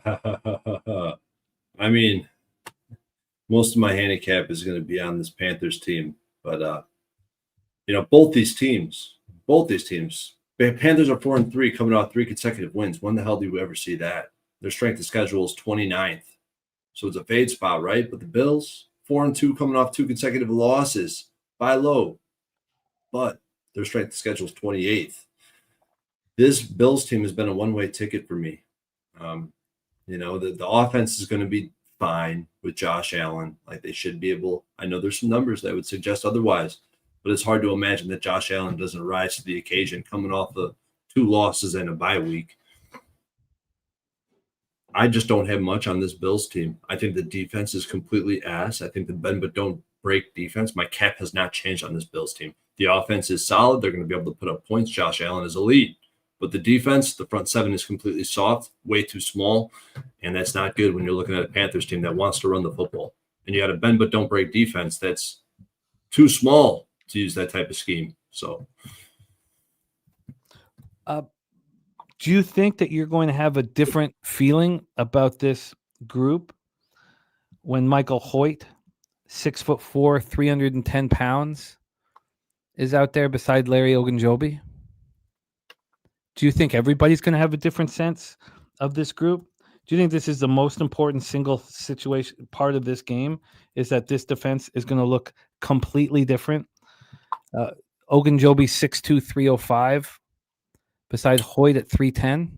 We've talked all about how small this pass rush is. Yeah, I want to see it on the field because I'm sick of watching them get blown off the football. Let's talk about the Panthers. Passing offense 17th, rushing offense 10th, red zone offense 15th, third down offense 21st. Pass defense ranked 17th, rush defense ranked 9th, red zone defense ranked 11th, third down defense ranked 22nd. These are all middling, decent stats until the pass rush is the 4th worst in the NFL. They have a 3-game winning streak for the first time with Bryce Young as their starting quarterback. It's exciting. Now, he couldn't finish the last game. Dealing with a limp, listed as questionable. He was 15 of 25 for 138 yards and a touchdown before he got hurt. Dalton came in 4 of 7 for 60 yards. Panthers moved above 500 for the first time this late in the season since 2019. And it was also Carolina's first road win this season.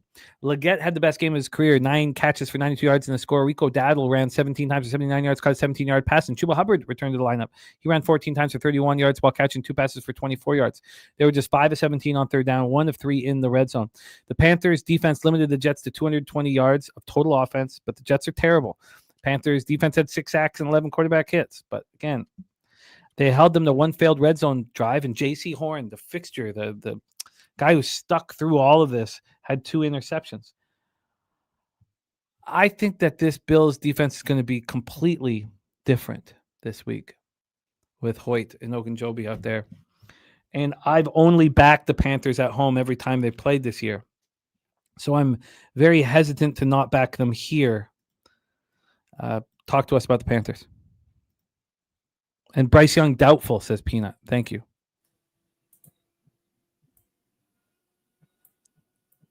Troy? Yeah, you want me to touch on the Panthers? Yeah. Sorry, I'm hearing my dog crying. I think he's having a bad dream. I'm like yelling at him in the background. This is a really tough game. This is a really tough game, all things considered. Panthers coming off 3 straight wins. The Jets, the Cowboys, and the Dolphins, undefeated at home. You've been talking about backing them, how they're a different team. And they have impressive wins in those 3 games, right? The Falcons and the Cowboys. I know that they're not the most, the highly touted teams of the league, but they're still pretty solid teams. And it's the home favorability is not just a flash in the pan. It's hard to imagine that they're not going to come into this game feeling like they have something to prove, and especially with the Red Rifle at quarterback now. He looked awful when he stepped in against the New York Jets, but he was just kind of thrown into a fire, and the Jets defense was thriving. So it was a really tough spot for him to come in and really make a difference. But this is the best offensive version of Carolina I've seen in the past 5 years. The offensive line, pass blocking, the run game is currently ranked top 10. And that's exactly what you want, obviously, when you're playing Buffalo, who's 32nd in yards per carry and 28th in run D per PFF. I feel like without knowing what those 2 hogs are going to do defensively on the interior defensive front, Canales should, in theory, be able to put together a scheme to find success in the run game. And, Red Rifle really becomes the question mark. And defensively for the Carolina Panthers, I feel like, and to use it again, are more than the sum of their parts. Their roster looks weak, but what they've been able to do has been kind of impressive relative to what the other defenses have been able, like the Dallas Cowboys. They held them to 5 for 12 on third down and 292 total yards. That's a terrible game for Dallas. Like, they were better than Washington and Green Bay's defense did against Dallas. They held the Falcons to 0 points. They basically blanked the Dolphins in the second half outside of one 50-yard run. But despite all that, it's a really tough game. Really tough game. The epitome of a buy low, sell high spot. And the price is just so telling to me. The Panthers at home have been so much better. The Bills are overrated by the market. That's been my thesis. But I think it's time to go back the other way. I just don't feel confident to move on either side in this game.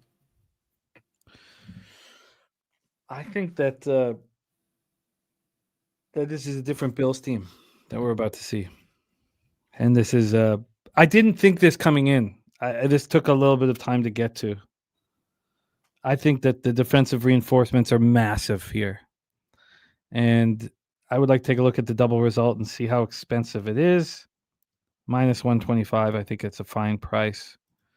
I do not want to fade Carolina, but I have to think that this cap with how people are looking at this Bills pass defense ranked 28th, rush defense ranked 28th, third down defense ranked 24th will be different with Hoyt and Ogunjobi.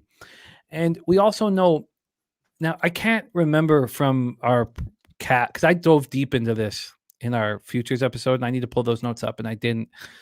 They didn't know one of them. I think it's Ogunjobi. I think they knew Hoyt was going to be suspended, but they didn't know Ogunjobi was. And we know what happens when players are suspended. They feel like they've let people down. They've let the franchise down. They've let their friends and family down. They generally are shot out of a cannon when they come back. Foaming at the mouth to get back on the field. Yeah. I've been that guy before. I want to back the Bills double result. And let me say this. I've backed the Panthers, as you guys know, at home every game this year, and I'm hesitant to fade them. So I need to get over that, and I will plan on getting over that tonight, will be the Bills for me. And I like that the Red Rifle will be back there and not Bryce Young. So we roll on. But I don't know if I'm going to take him at the 7.5. I think it might just be a double result and just call it a day. Maybe it's the money line parlay with the Eagles or something like that. But again, I'm going to need more time on it. But I'm going to move on the double result I expect tonight. We move on to Baltimore. M&T Bank Stadium in Baltimore, Maryland, Charm City, home of our guy Von Polo. Bears 4-2, 2-1 on the road. Ravens 1-5, 1-3 at home. 56 Fahrenheit, light rain, 2 mile-per-hour winds. It's beautiful. Let's get into the line history. Here we have the Ravens -6.5, -6.5, -105. The look, there was no look ahead. So this came out at 6.5 on Sunday night, quickly moved to 7, and the 7 started getting juiced, and then it stopped. It's come back in the last 48 hours to the 6.5. Take a look at the total here for Bears, Ravens. God, it's going to be a fun game. Total is a 50. Opened up at 49.5, got up to 50.5. It's come back to 50. Let's take a look at the cash flow. DG saying he's going to be playing the under. Harold Williams says Jackson might not play.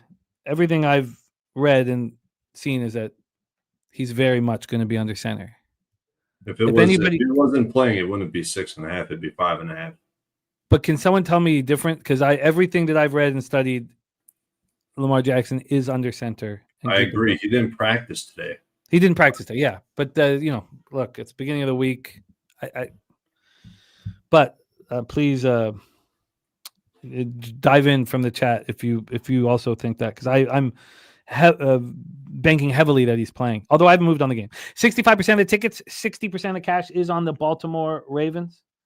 And then from a total perspective, we have. Oh, sorry, I got the spread up. From a total perspective, I got to go to a different site. So this is from Action. 60% of the tickets, 72% cash on the under. So let's start with the Chicago Bears. Passing offense ranked 21st. Rushing offense ranked 8th. Good gods, Dondra Swift proved me wrong the last 2 weeks. Red zone offense 21st. Third down offense ranked 14th. Their pass defense has been great. We expected this. We watched these guys get drafted. They dealt with a lot of injuries. We knew that they have studs in that secondary, and now they're showing it. Ranked 7th, rush defense ranked 18th. Red zone defense is a problem, ranked 27th, 68.4%. I think that will find its way because their third down defense is excellent, ranked 3rd. They're only allowing third down conversions 30.5% of the time. Their pass rush ranked 25th. Bears coming off a 26-14 home victory over the Saints. The noise canceled score was also 26-14 Bears. Bears outgained them 386 to 253. Caleb Williams was 15 and 26 for 172 yards, no touchdowns and a pick. He fumbled twice and was lucky not to lose either of them. DJ Moore led receivers with 3 catches for 43 yards, but it was another massive game by DeAndre Swift. Ran 19 times for 124 yards. The Bears as a team ran 40 times for 222 yards. Massive. Bears were just 3 of 12 on third down, only 2 of 6 in the red zone, but Dennis Allen's defense looked excellent in their matchup with his former team. Forced 4 turnovers in their 4th straight game with at least 3 turnovers. That's 16 takeaways on the year. They had 4 sacks, 3 interceptions against Spencer Rattler.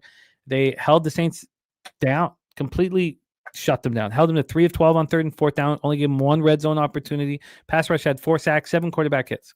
Tyreek Stevenson, their cornerback, and tight end Cole Kmet both left the game. Tyreek with the shoulder, Kmet with the back injury, both listed as questionable, as is linebacker Noah Sewell and defensive tackle Grady Jarrett. Both were inactive. Both are listed as questionable. Slatsy says Bears allowing 2.5 passing touchdowns per game to quarterbacks. Lamar has 2+ passing touchdowns in 9 of 10 regular season games. Let's talk about these Ravens. What a mess. Can it be fixed?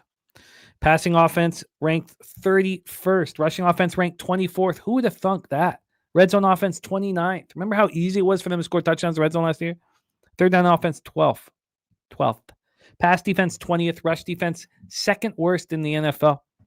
Red zone defense 28th. They're allowing touchdowns 70% of the time. Third down defense 27th. They're allowing conversions 44.1% of the time. Pass rush 24th. I mean, it's just Fireside says Baltimore defense is a major issue. It is, but they come in off their bye week. Is this Harbaugh's toughest test? They were last seen in a Week 6 17-3 loss at home to the Rams. They played quite well in that game. And everybody's hoping, all the Ravens fans, that there will be a different team. Lamar Jackson back at quarterback.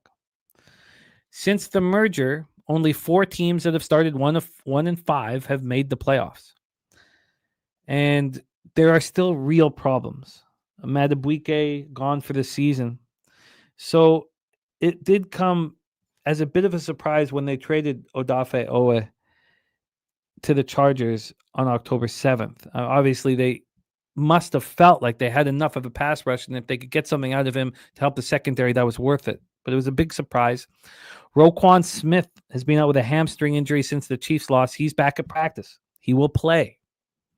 Cornerback Jadobi Awuzie, hamstring. Left tackle Ronnie Stanley, ankle. Fullback Patrick Ricard, calf, who hasn't played all year and is a huge part of the running game with the run block.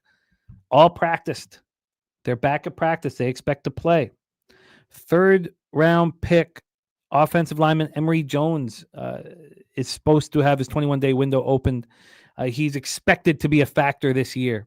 He won't be medically cleared in time to play this Sunday, but he is going to be an addition.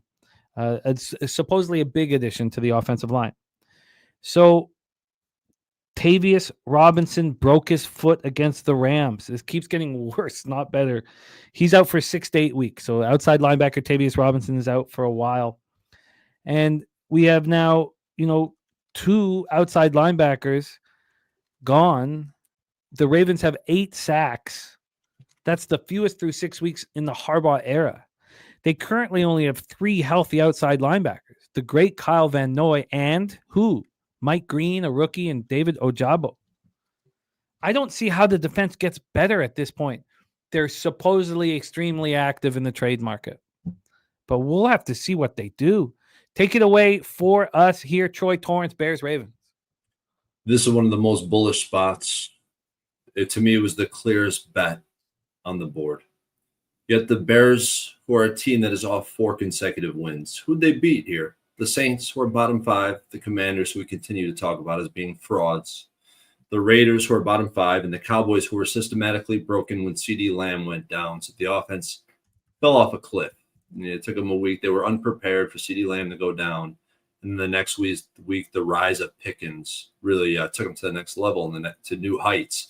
This is an ultimate sell high spot on the Chicago Bears after stringing together wins against the bottom of the barrel in this NFL. Caleb Williams, he's improving, but he's far from a finished product. I don't have these numbers, but I watch the Bears every week. I'm from Chicago. This is a team I talk about with my pops every single day, every day. And he's starting to drink the juice. And as soon as these Bears fans start to drink the juice,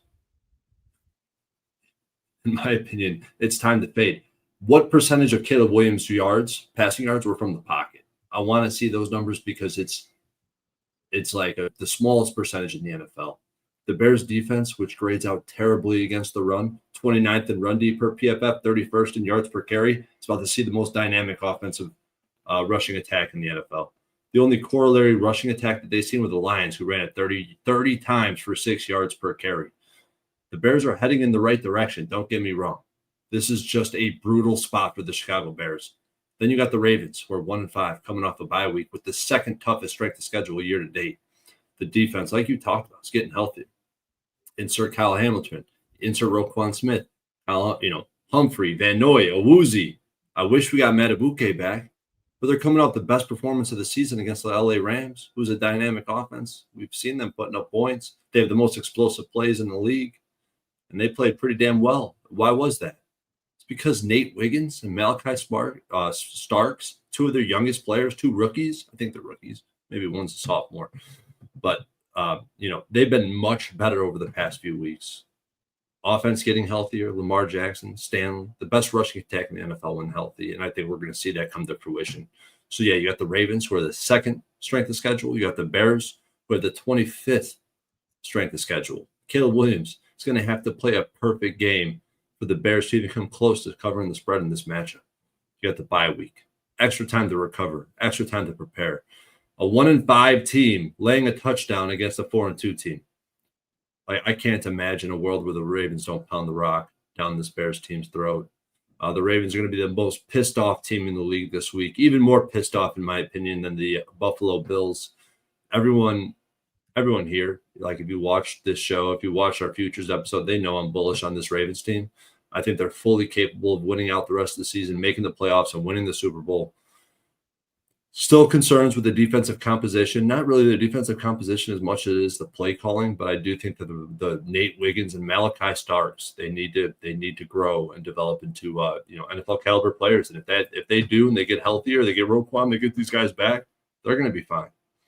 Because Caleb Williams, I still don't believe is going to be able to deliver from the pocket. I don't believe that I think that the running attack that we've seen from the Chicago Bears is a product of Ben Johnson more than a product of Swift being elite as a running back, because he's simply not. If you put a good running back in that spot, if you put Jahmyr Gibbs with the holes he's had and the scheme he's had behind him, he would be running for 300 yards a game over the past few weeks against these terrible, terrible teams that the Bears have been seeing. So I'm on the Ravens. I bet at -6.5 at -114. I bet the double result at +100. And then this was I wielded the teasers. Ravens -1, Eagles -1, Ravens -1, Falcons -1. I love the Ravens this week. Oh, I'm with you. I also think that it might be time for a Bears team total under as well. I'm going to invest in the Ravens here. It's this is probably a as perfect of a spot as you can imagine. Everybody's so low on the Ravens and some high on the Bears. I'm right with you. What do you think of this full game under at 50? Or are you concerned that the Ravens might be a powder keg and ruin it?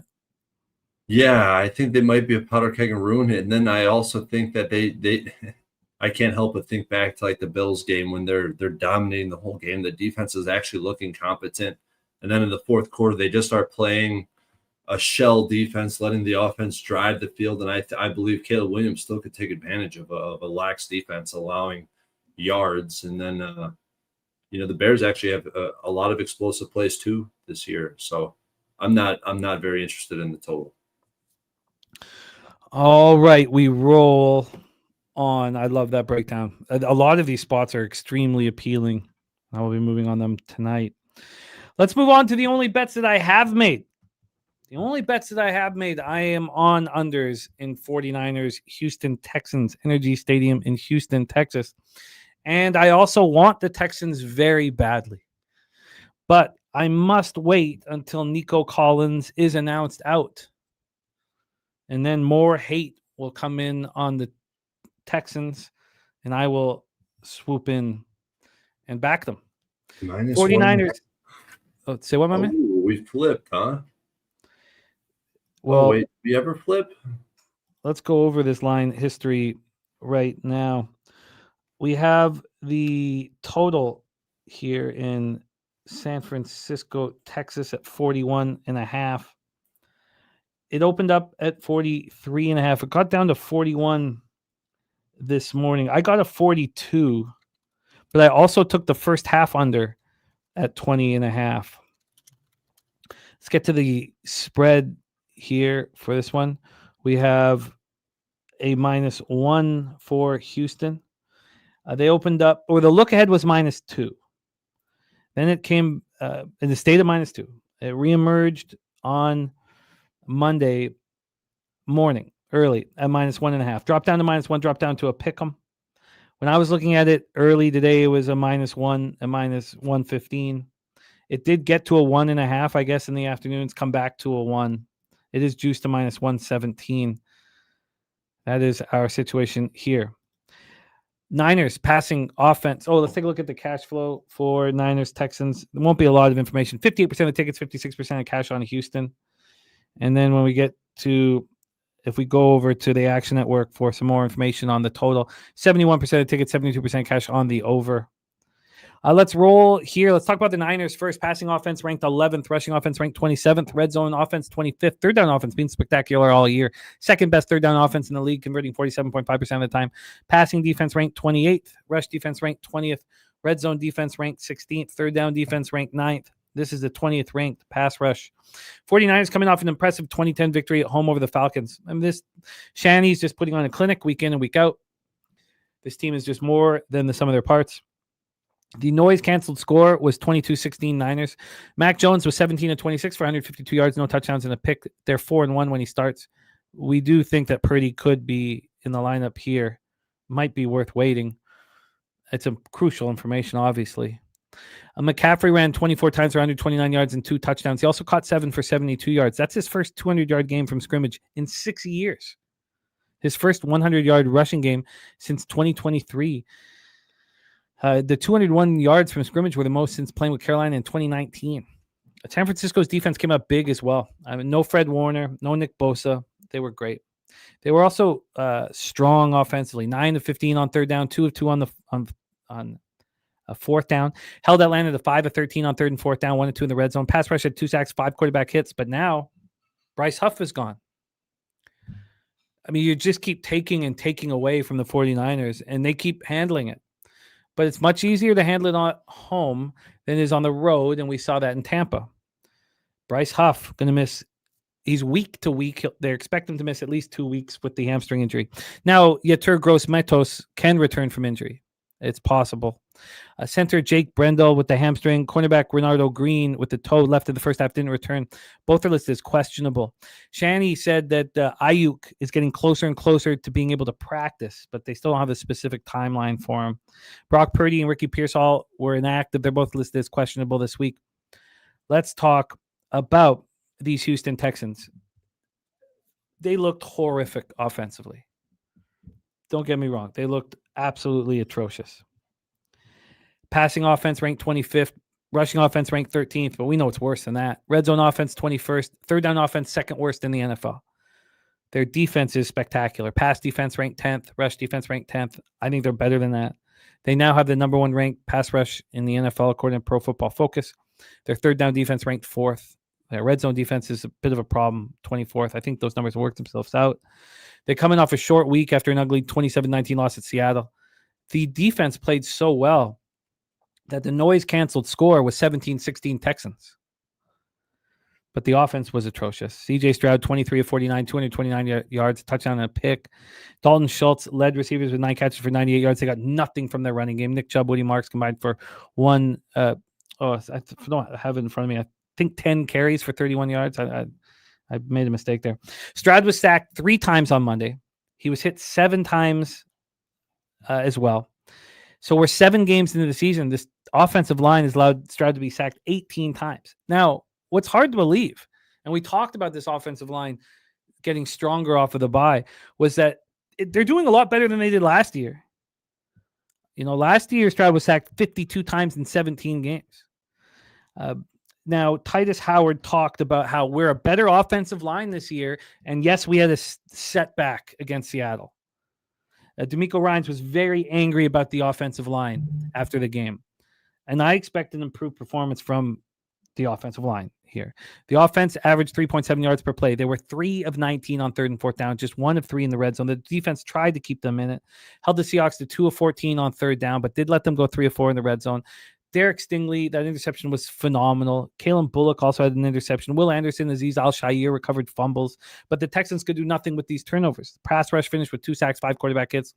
Nico Collins was evaluated for concussion in the second half, did not return. They're already without Christian Kirk, Damian Pierce, wide receiver, running back, respectively, and defensive end Darrell Taylor. If Purdy comes back, that's fine. This is a great buy low spot on the Texans, but I'm not going to buy low yet. I'm going to wait to buy low. I think Nico Collins gets announced out, and I get a plus number here. Drewski on the under 41.5. AM's got this projected at 39.2. Take it away for us here, Troy. This is the only game that I come in with action on. 49ers Texans. Yeah, I don't. This is just way too difficult for me to choose a side, especially looking at the market history and the market as it currently sits, because I think it's going to move from here. The 49ers advanced to 5-2, but clearly have the build of a sub-500 football team, and it just shows you the importance of coaching and watching that deuce close scheme that Shanahan deployed this, on Monday night, Sunday night. It was just so damn impressive. The Texans are 2-4, all 4 losses coming by 1 score. The first 3 losses could have been winners, and it shows the importance of defense on their side. I was just shocked by the 49ers' performance at home. They won because of coaching and execution strictly. on third downs, in the red zone. They're just so successful. And Shanahan built a scheme around his best player, and props to him. CMC absolutely dominated that game. Saleh went with man coverage, peppered in a blitz. He's not a man. He wasn't playing a lot of man coverage the whole season. And here he comes unveiling a man-to-man scheme.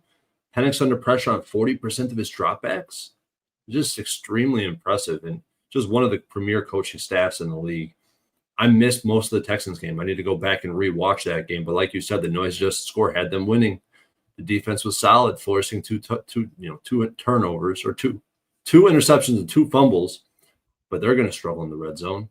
The offense was no match, and they lost terribly in the trenches, pretty obviously, looking at some of the grades there. So a few things come to mind, right? You want to buy low on the Texans here, sell high on the 49ers. Everybody's aping in on the 49ers. The Texans offense and Stroud himself is way more productive at home. And looking at the public, I mean, this is a one-way ticket. I'm with you, Jimmy. I mean, to me, I'm leaning Texans. I'm leaning under, but I don't think I have the conviction to move. And I don't think we should. I think Nico Collins gets announced out. Purdy gets announced in. At that point, what is it, a +2? +2.5, yeah. Something at that point, it's possible with a push on the Niners that you could pay for a 3. So I'm pumped up. Yeah, Gorky, but he's not being announced out publicly yet. So it's all about optics. And while we know that Nico Collins won't be in, the coach has said we're going to watch him all week and see if he can play. There's not been the announcement. I need the announcement. The announcement is crucial.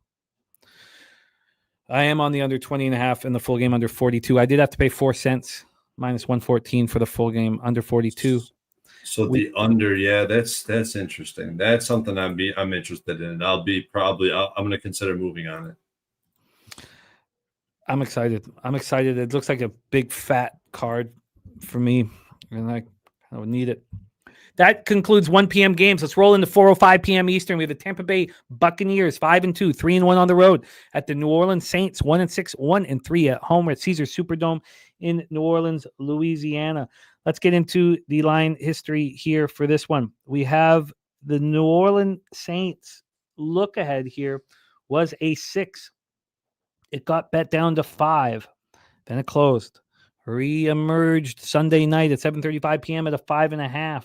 Went down to 4.5, got back up to 5, then 4.5, and then tonight, Tuesday, October 21st at 7:36 p.m., went down to a 4. So that is the low number here, the 4 on the Saints. Let's take a look at the total here. We have a 47. The look ahead was 47.5, but bet up to 48. Reemerged Sunday night at 48.5 and has dropped a 1.5 since the reemergence. Not only that, but it's heavily juiced to the under. So 46.5s are out there. Let's get to the cash flow. Cash flow, 72% of the tickets, 74% of cash on the Buccaneers. Let's move over then to action for their total. 70% of the tickets, 69% of cash on the under, and we've seen a pretty big move towards the under. Let's start with the Buccaneers. Passing offense ranked 13th, rushing offense ranked 14th, but we know it's a very different rushing offense with Bucky Irving back there than it is with Rachaad White. Red zone offense 21st, third down offense 17th. Very middling statistically on both sides of the ball. Passing defense ranked 18th, rush defense ranked 19th, red zone defense ranked 24th. Their third down defense, they are allowing conversions 36% of the time, which is pretty good. It's still middling. Pass rush 13th. Buccaneers coming off an ugly 24-9 setback at Detroit. Noise canceled score was right there, 22-11 Lions. Tampa Bay was outgained by over 200 yards in the first half. But they were only down 14-3 because the Lions had an interception, a fumble. They turned over on downs and missed a field goal. Baker was 28 of 50 for 228 yards, touchdown, and a pick. They're already down Godwin, Jalen McMillan. Now Mike Evans gone to a broken collarbone. He, as Bowles said, that he won't be back till the very end of the regular season, if then. Kate Otten caught 7 for 65. The running game struggled without Bucky Irving. He's still dealing with a foot injury. He's listed as questionable this week. Offense looked bad. 3.8 yards per play. Only had one opportunity in the red zone. 6 of 21 on 3rd and 4th down. Defense tried to keep them in it. Held the Lions to 4 of 15 on 3rd and 4th down and 1 of 2 in the red zone. Pass rush finished with 4 sacks, 9 quarterback hits. Jamal Dean had an interception. And Hassan Reddick, extremely important outside linebacker with both knee and ankle injuries, left the game in the second half. He's listed as questionable. Let's talk about the Saints. What do we know about them? They're a much different team at home than they are on the road. That Bills team that they played was not a very good team at that point. And I'm willing to wager that this Bills defense looks completely different with Hoyt and Ogunjobi out there. Coming off of the 6-game suspension for performance-enhancing drugs. We've seen the Saints look good at home, look tough to beat at home. Passing offense ranked 19th, rushing offense ranked 12th. Red zone offense is a problem, 28th, 45% of the time. Passing defense 14th, rush defense 11th. Red zone defense 13th, third down defense 18th. Those are all not bad numbers until you get to the pass rush. It's the worst pass rush in the National Football League. Ranked 32nd. Saints coming off a tough 26-14 loss at Chicago. Noise canceled score was 26-14. It's the worst start since opening 1-7 in 1999 under Mike Ditka. They were outgained 386 to 253 in the loss. Radler was 20 of 32 for 233 yards, 2 touchdowns, 3 picks. He also lost a fumble. Chris Olave led receivers with 5 catches for 98 yards and 2 touchdowns. Kamara did not have a good game. 11 carries for 28 yards. Saints as a team ran 17 times for just 44 yards. 3 of 12 on 3rd and 4th down. Only had 1 red zone opportunity. The defense tried to keep them in it. Held the Bears to 3 of 12 on 3rd down and 2 of 6 in the red zone.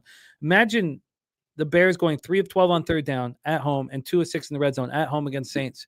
And now having to go to Baltimore and face the angriest team on the planet. Quincy Riley had an interception. Problems here for the Saints, and this is why I've not moved on them. Eric McCoy, all-pro center, bicep injury, done for the season. Kendra Miller, important running back to take pressure off of Alvin Kamara, knee injury, done for the season. Season-ending injuries to 2 very important players. Now, they have Cesar Ruiz, who's going to have to move over to center, but he's been dealing with injuries this year. If Eric McCoy wasn't hurt, I'd already be on the Saints. Here we go. Take it away for us, Troy. It's a tricky spot where we could buy the Buccaneers low, but we could also buy the Saints low. Floor is yours, my man. I think the better option here is because I agree with you. I want to buy the Saints in this situation because I think we still have lower to go with this Bucs team, especially watching their offense and how they performed after just how miraculous they've been. We know there's regression coming. I think we're about to experience that. But instead of buying either side, I love the total. I moved on the under 47 in this game. So I'm going to hit you with a few things from the database real quick because this is exactly my sweet spot where I've had success historically with totals. This is when I came circling back around, getting ready for the show. I found this, and I went back in my betting history, and I found that this is where I've had an extraordinary amount of success. Home teams that close between +3 and +6 after a market move towards them in division, 14-4 to the under. That's 78%. If the total's also moving towards the under, 10-1 to the under. That's just extraordinary. And these games are going under by margin. And I look at the Saints. I look at Rattler, who threw 3 picks. If probably would have been 4 if it wasn't for some friendly fire. The only thing I don't like about the total from looking at the Saints' offensive aspect is his turnover play rate's too high.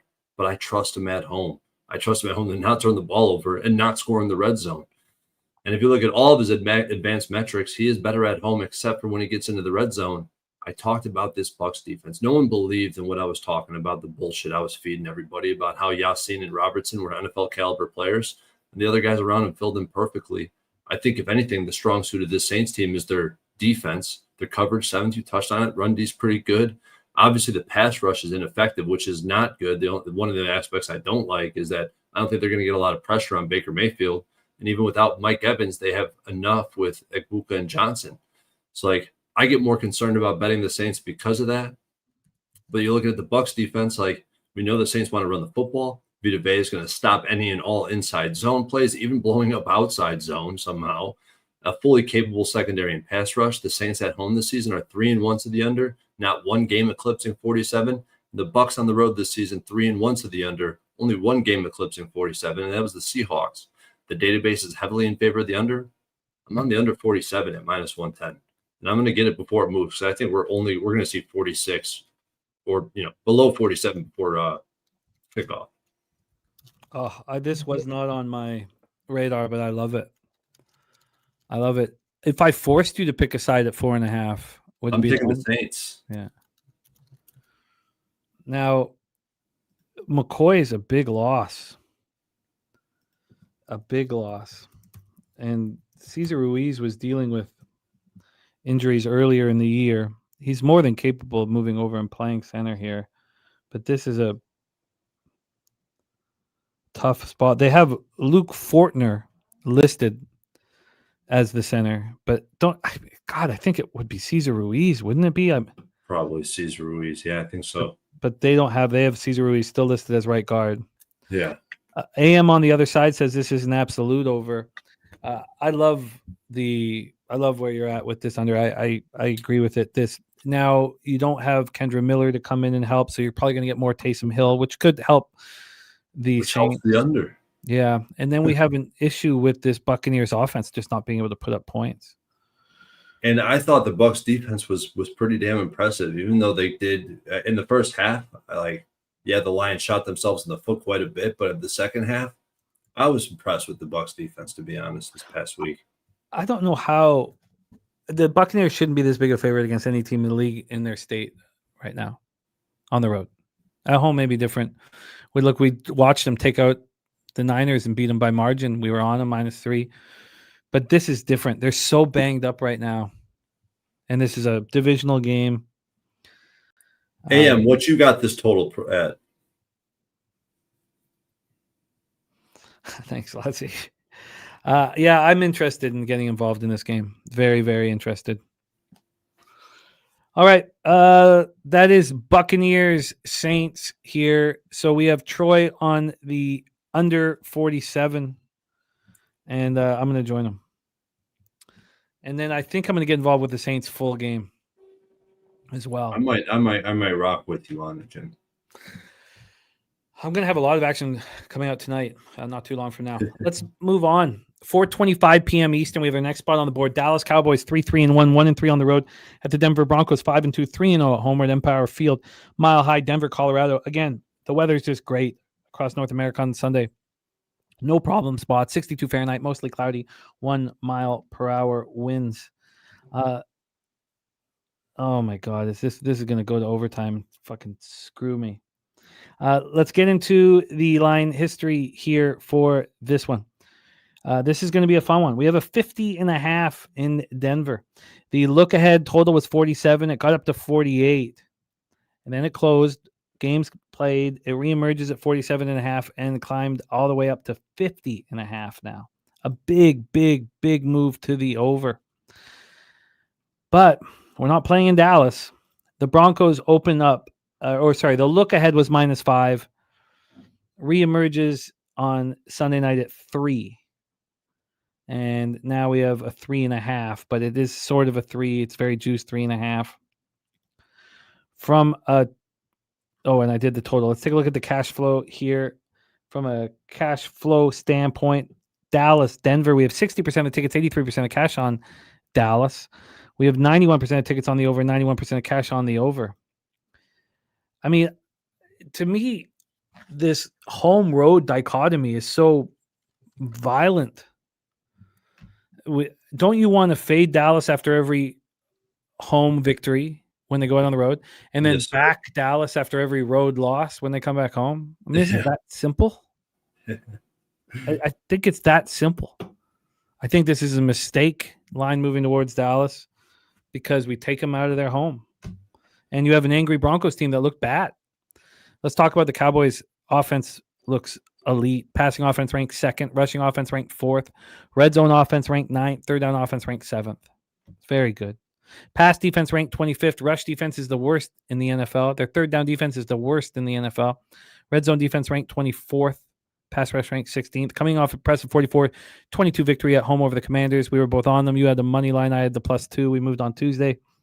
Dak was 21 of 30 for 264 yards, 3 touchdowns, no picks. CeeDee Lamb returned, caught 5 for 110 and a touchdown. Pickens caught 4 for 82. I mean, this is just, the more I talk about it, the more I love it. Javonte Williams ran 19 times for 116 yards and a touchdown.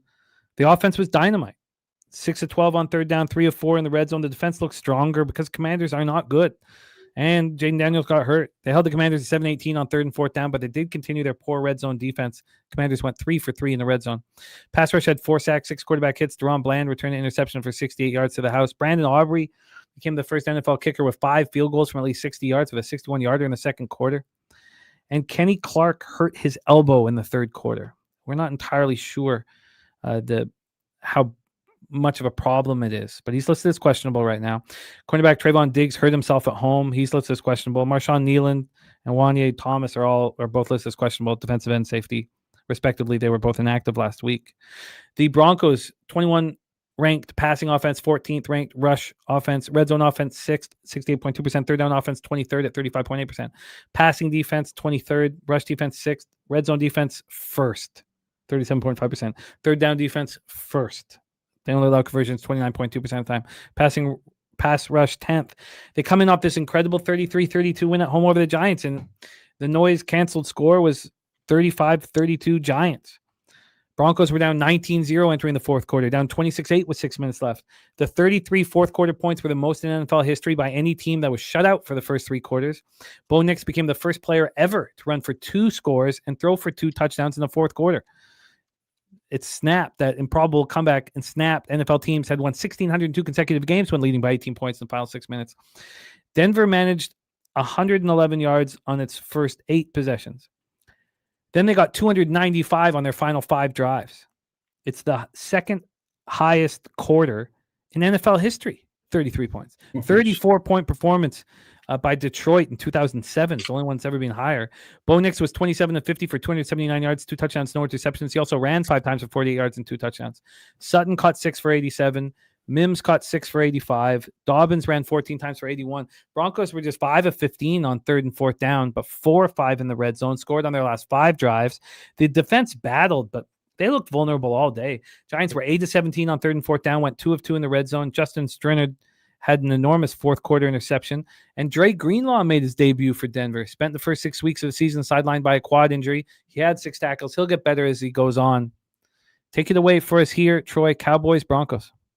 I mean, this is a market I like to bet. Home team 3.5. I don't care if it's moving towards the Cowboys, although you could argue that it's moving towards the Cowboys or towards the Broncos. But I think that's what it's going to be all week.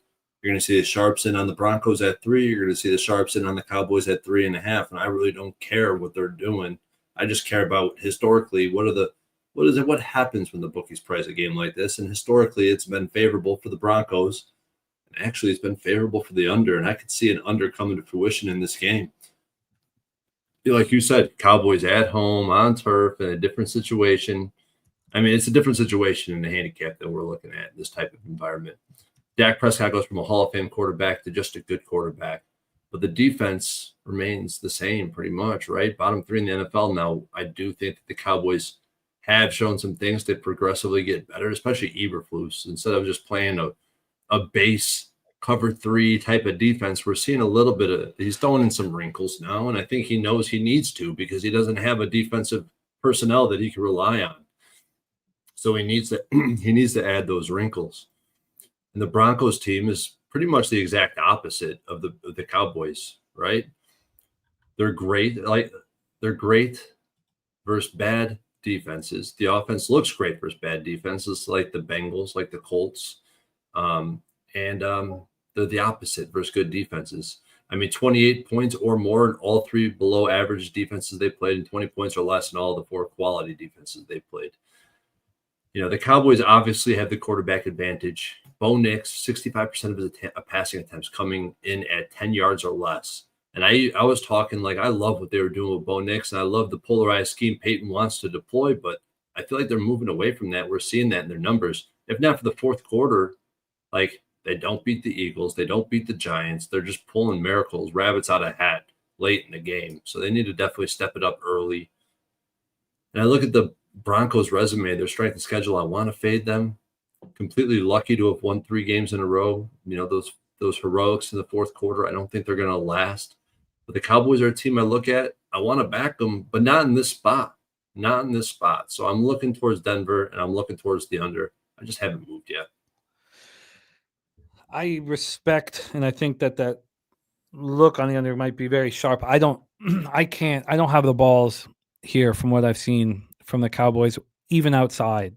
I mean, we saw the Panthers scored 13 points. Yep.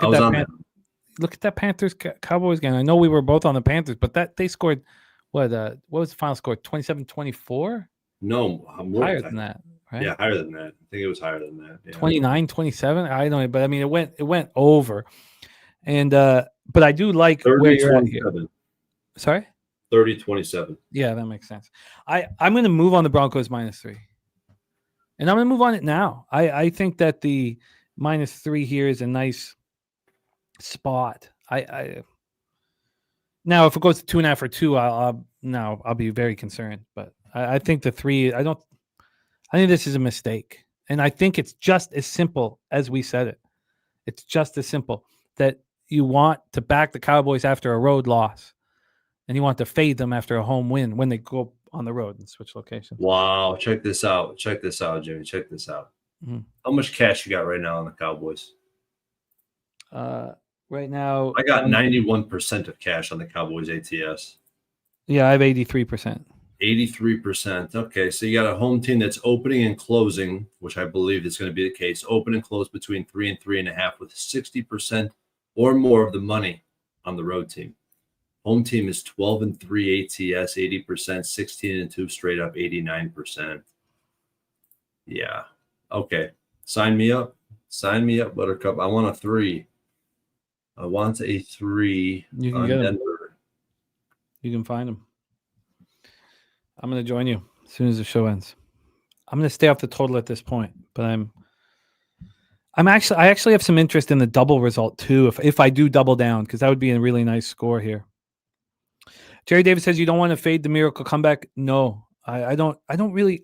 What I need to do, Jerry, is fade what everybody just saw the Cowboys do at home. And look, we backed them because we were fading what everybody saw them do on the road. It's that simple to me. I'm only seeing -120s on a Broncos. It's not bad, but Dan saying bet 1.7 units on the money line -168. The 3 is fine. I'm comfortable with the 3. I don't want to mess with that much vig, but I think that money line that you're talking about, Dan, could be used, as a parlay piece for sure. And I might. So, Rodon says, don't you think that eventually moves towards Dallas? It's moved. How could it move more? Everybody's on Dallas. It's moved. Sorry, let's just go back to it quickly here. Wow, I mean, how much more could it possibly move? So beautiful. This is ideal, and you want the 3. 3 is important. If you don't got a 3 at your book, buy down to a 3. I think it's worth it here. All right, let's roll on here. Let's roll on. I'm going to lose on this under as well, DG, the overtime under. But I cashed the first half under, but still, it doesn't make it any better. We roll on. 4:25 p.m. Eastern with the Tennessee Titans, 1-6, 1-3 on the road. The Indianapolis Colts, 6-1, 4-0 at home. Lucas Oil Stadium in Indianapolis, Indiana. I'm 1 win away from pushing the season win total that I bet. Let's get into the line history and the cash flow for this one. We have Indianapolis -14. The look ahead was 12. Reemerged Sunday night at 14. The look ahead, by the way, went down to 11.5, but reemerged at 14. So we really haven't seen much movement. We've seen 6 cents of movement towards the Titans at the number 14. We get to the total here. We have a 47. It's climbed. Look ahead was 45, but then it reemerged on Sunday night at 45.5. So it's climbed a 1.5 to 47. It's a pretty big move. And Chosen One says, do you stick to fading teams off playing the Chargers? I want to talk it out here. I want to talk it out. I'm a little nervous about the Titans. 83% of the tickets, 93% of the cash on the Colts. A lot of money on the Colts. Line not moving. And then when we get to the cash flow for the total, 58% of the ticket, 62% cash on the over, and they're really caring about it. Let's talk about the Titans first. Passing offense, the worst in the NFL. Rushing offense, second worst in the NFL. Third down offense, the worst in the NFL. Their red zone offense, 27th at 45.5%. But if you look deeper on the road, they're the third worst in the NFL, 33.3%. Passing defense, 19th. Rush defense, 14th. Red zone defense, 12th. I mean, the defense is fighting hard. Third down defense, 23rd. Bit of a problem. Pass rush ranked 17th. Titans coming off a 31-13 loss at home to the Patriots on Sunday in Mike McCoy's debut as Tennessee's interim head coach. Cam Ward was 25 for 34 for 255 yards, touchdown, interception. Well, Calvin Ridley hurt. Their receivers were a bit of a mess. It was Chimere DK who led receivers. He was 2025 fourth-round pick. Led receivers with 4 catches for 70 yards and a touchdown. Ridley is questionable again this week with the hamstring injury. They got very little out of their running game. Tajay Spears, Tony Pollard combined to run 11 times for 40 yards. Titans were just 3 of 12 on third down. Didn't run a play in the red zone. The defense couldn't get the Patriots off the field. Tennessee lost a time of possession 37-12 to 22-48. Now, they did manage 4 sacks, but Titans Pro Bowl defensive tackle Jeffrey Simmons hurt a hamstring early, did not return. Cornerback L'Jarius Sneed hurt his quad in the third quarter, did not return. These are key injuries. They also missed linebacker Arden Key. You could say those are the 3 most important players on their defense. And now it's all very arguable. There's other guys you could say, but it's just a huge amount of hugely important pieces not there. All 3 are listed as questionable. Let's talk about the Colts. Passing offense ranked 10th. Rushing offense ranked 2nd. Red zone offense ranked 8th. 67.7%. But in their last 3 games, this Indianapolis Colts red zone offense is ranked 1st. They're scoring touchdowns 93.3% of the time in the last 3 games. Third down offense ranked 3rd, converting 46.8% of the time. Now they have some issues defensively. The pass rush looks strong, but they have issues defensively. Passing defense ranked 22nd. Rush defense ranked 22nd. Red zone defense ranked 18th. Their third down defense is the 3rd worst in the NFL. They're allowing conversions 48.3% of the time. The Colts coming off an impressive 38-24 win at the Chargers. Noise canceled score was much closer, 32-29 Colts. Daniel Jones was 23-34 for 288 yards, 2 touchdowns, no picks. Alec Pierce got 5 for 98, and Tyler Warren caught 4 for 69 and a touchdown. But it's Jonathan Taylor. Starting to hear his name mentioned a lot in the MVP race. 16 carries for 94 yards and 3 touchdowns, caught 3 passes for 38 yards. The Colts were 8 of 14 on 3rd and 4th down, 4 or 5 in the red zone. You know what I think about that. Yes, the Colts have a good offense, but the Chargers are a huge problem defensively there. Huge holes in this defense. The defense was very strong, but they softened up when the game was firmly in hand. They only allowed 10 yards on 6 rushes in the first half. They completely shut down the Chargers' rushing attack, which is not too difficult to do to the Titans. The pass rush had 3 sacks and 15 quarterback hits. Grover Stewart and Nick Cross had interceptions. The Chargers finished up 3 of 4 in the red zone. Defensive end Samson Ebukam got hurt, left in the third quarter. It's an MCL injury, so he's listed as questionable this week. And bad news for Colts backers because Charvarius Ward was put on IR, so he can't return until week 12. Now, Kenny Moore did return from injury, but it's a problem. Troy Torrence. I want to fade teams that beat the Chargers. I just need to hear about Jeffrey Simmons, L'Jarius Sneed. Sure, the 14 is better than a 13.5, but I do need to hear about these guys. Can Arden Key come back? These are huge pieces to this defense that I want out there. Yeah, I don't think the Colts are as good as they looked against the Chargers, and we've faded every team that's beaten the Chargers and cashed with all of those fades. I'm hesitant to do it here. Take it away, Titans, Colts. Well, I'm hoping this sets up perfectly for a Colts win, a Packers win, and then we could fade the shit out of the Colts next week. Again, in Pittsburgh. So I can't do it in this game. I look at Cam Ward. He has the worst completion rate in the league by margin at 57%, the lowest yards per attempt at 5.7, the worst touchdown interception ratio at 0.8, and the worst PFF passing grade. And it's not all his fault. The offensive line is terrible. The weapons are the weakness in the NFL. And there's nothing to like about the offense. The defense is just put in bad positions consistently. And now they're having injury issues. They have the worst field position value in the league. They're going to start lacking motivation at some point. I'm not even sure how much the defense matters in this equation because of the matchup. This Colts offense, who's definitely in a letdown spot, but the offense is definitely legit. And it starts with Steichen. I mean, am I a broken record at this point? The personnel to deploy, he has the personnel to deploy his ideal scheme. Run the ball, RPO, read option, play action.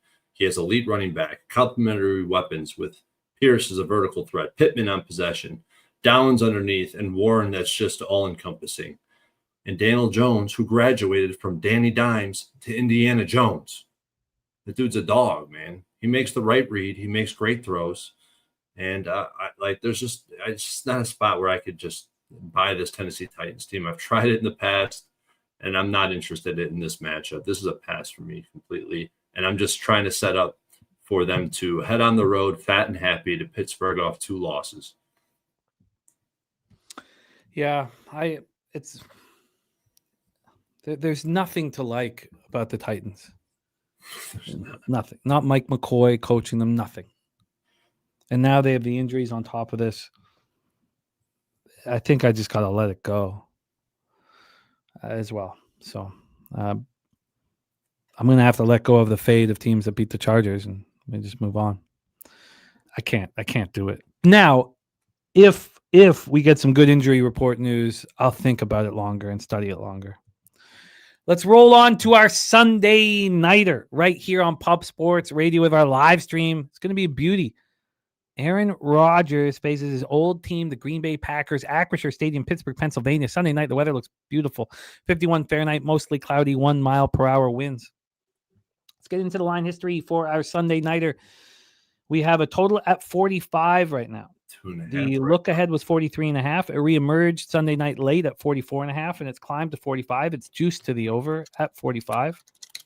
From a point spread scenario, we have the Green Bay Packers -3 at -115. They opened up -3. The look ahead was -3 at -105. And it was moving all over the place. It ended up around a 3.5 for, Thursday, Friday. It closed back at 3 before it reemerged at a flat 3. It moved to 3.5 on Monday. Monday morning, this was a 3.5, but not for very long. Seemed like every time the hook was involved, the Sharps came in and smacked the Steelers up. So right now at the 3, we've had 5 cents of movement towards the Packers since it reemerged. That's it. From a total standpoint, in our Sunday nighter, we have, I did that right, our 45. Okay, so let's get to the cash flow. Cash flow wise, we have 66% of the tickets, 59% of the cash on the Pittsburgh Steelers, 88% of tickets on the over, and 90% of cash on the over. We have a passing offense here for the Packers ranked 7th, rushing offense 17th, red zone offense 5th, and the Packers have the number 1 third down offense in the NFL. Not only do they have the number 1 third down offense in the NFL, they also have the number 1 pass defense ranked in the NFL from PFF. Rush defense ranked 7th. Pass rush ranked 5th. It's a very good defense. Red zone defense 19th. Third down defense 12th.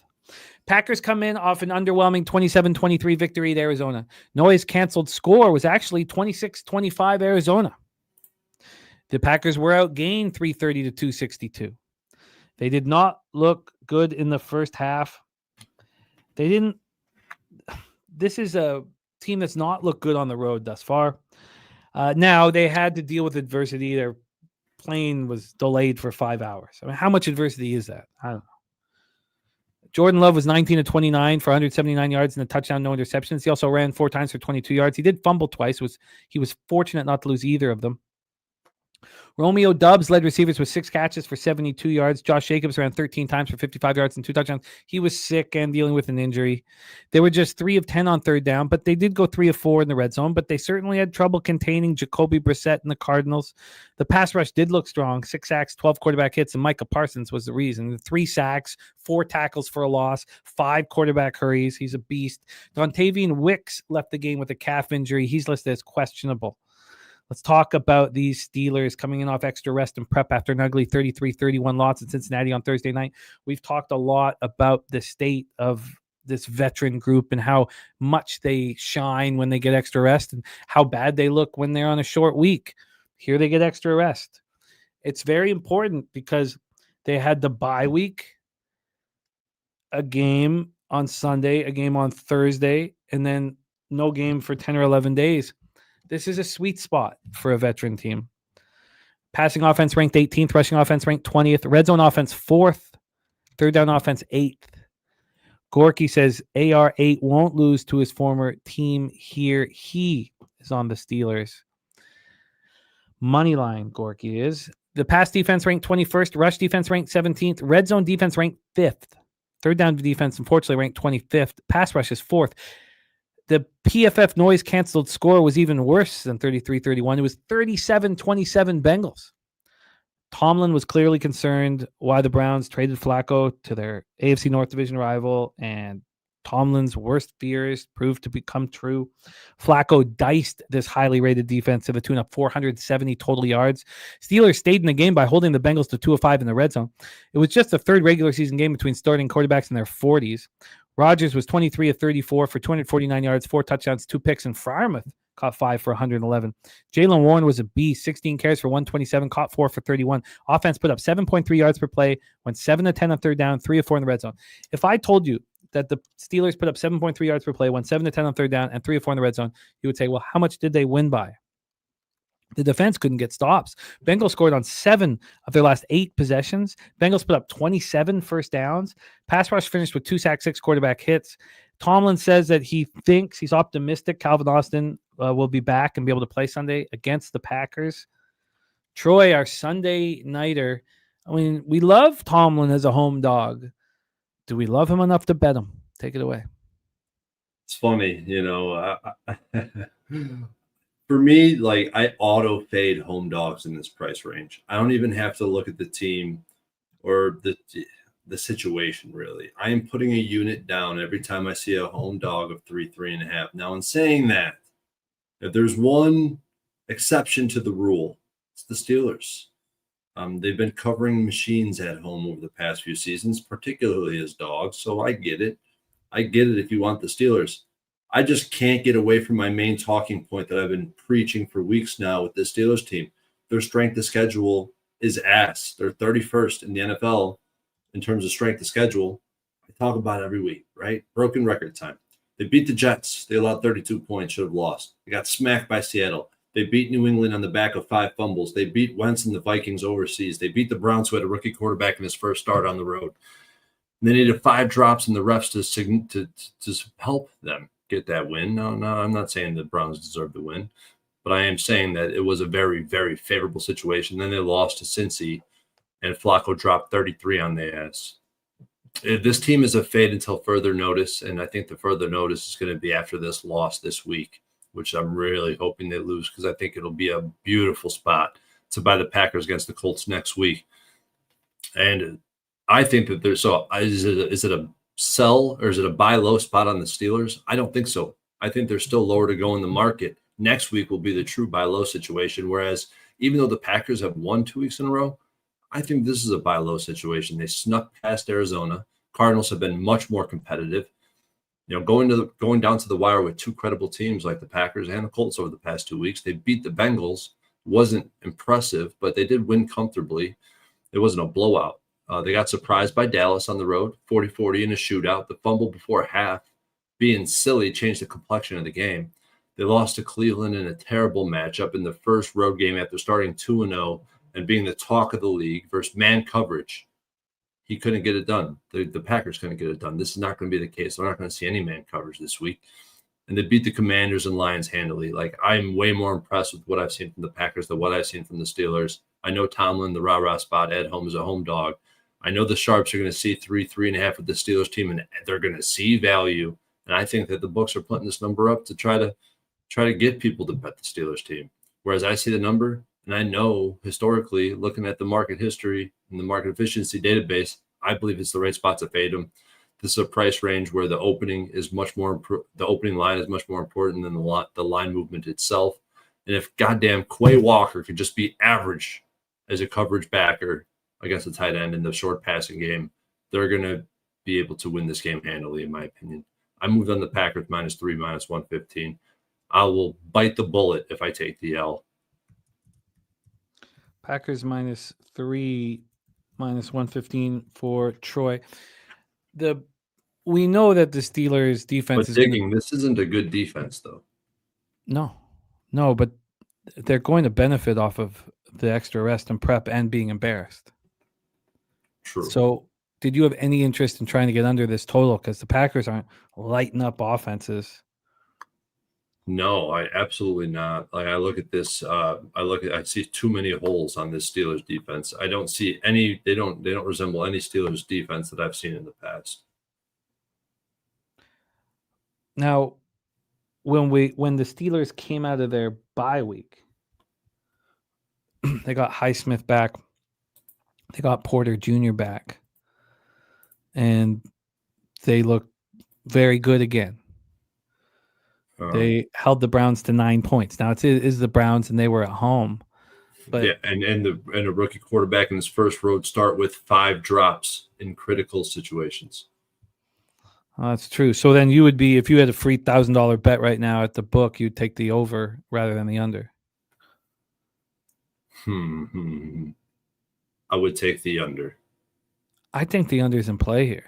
I mean, this is the price range where I want to take the under. Now, I would rather it be in division, but historically, this is, between 3 and 6, a home dog between +3, +6, market moving towards the under. Is the market moving towards the under in this spot? No, it's moving towards the over. It's definitely moving towards the over. It reemerged at 44.5. Now it's 45 and juiced to the over. There's some books that are leaving a flat 44.5.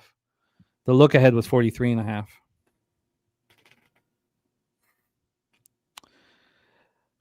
Digging says, can't trust this Packers team on the road until they show otherwise. I'm interested in the under. I don't know if I get there. I need to sit with your analysis on the Packers because, we know that Tomlin thrives in this spot. I think the bigger thing here is this veteran defense getting extra prep and being embarrassed and coming home.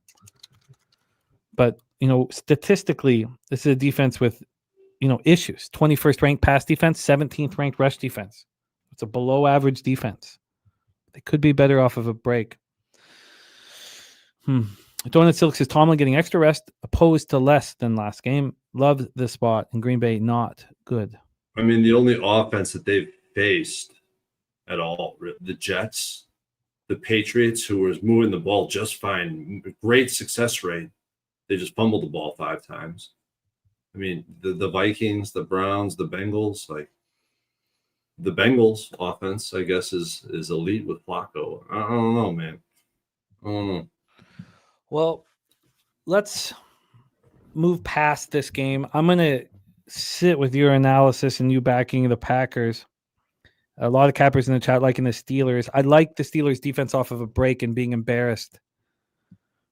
And, it's just a simple thing. They're an old defense. So 72 hours, if you listen to older athletes, they'll just tell you, look, I have the quick twitch. I have the quickness. I just don't have the recovery. No, I agree. The extra rest, the getting embarrassed, all plays into the equation. But like for me, it doesn't even matter. I see the 3.5, and to me, it's auto. And I know the exception to the rule, but it could be Tomlin in the rah-rah spot. But for me, it's an auto play. That is our Sunday nighter. Still work to do on this one, but join us right here on Pub Sports Radio. Let's move on to our Monday nighter. Monday, October 27th. We'll be right here. Pub Sports Radio live stream for Commanders Chiefs. Commanders 3-4, 1-3 on the road. The Chiefs 4-3, 3-1 at home. We're at Arrowhead Stadium, Kansas City, Missouri. We've had absolutely perfect weather in every game thus far. This is our only double-digit wins, and it happens to take place on the Monday, not the Sunday, where we have the perfect weather. 64 Fahrenheit, light rain, 12-mile-per-hour winds. Again, we are 6 days before the event, and weather can change pretty quickly. Let's talk about the line history here. We have a total at 48. This look ahead was 50.5. It opened up on Monday morning at 48.5. Quite a difference, 2-point difference. And even since then, it's moved a half point down. Let's take a look at the point spread From a point spread perspective, we have the Chiefs minus 10.5. There were cappers that got ahead of this line. Shout out to our friend TJ. As soon as Jaden Daniels got hurt, he pressed the button on the 5.5. Now we have a 10.5 with Mariota at quarterback, and the Chiefs are double-digit home favorites. Great job by TJ. Cash flow wise, we have 87% of the tickets, 90% of the cash on the Chiefs. We'll have to go to a different site, Action Network, for the total. We have 73% tickets, 78% cash on the under. Let's talk about the Commanders first. I don't know how much we should focus on their offensive statistics, although 2 of the games did take place with Mariota at quarterback. But it's sure different. Passing offense ranked 6th. Rushing offense ranked 11th. Red zone offense ranked 2nd. Third down offense ranked 24th. The issue has always been their pass defense. 31st ranked, 2nd worst in the league. But the rush defense ranked 7th. Red zone defense 13th. Third down defense 19th. Pass rush 14th. Commanders coming off an ugly 44-22 loss at Dallas. Noise canceled score was 36-21 Dallas. Jaden Daniels was 12 of 22 for 156 yards and a touchdown, no picks. He also lost a fumble. He'd already missed 2 games with a knee injury this season. Now he hurt his right hamstring. Shamar James sacked him and grabbed his leg, dragged down, ball came out.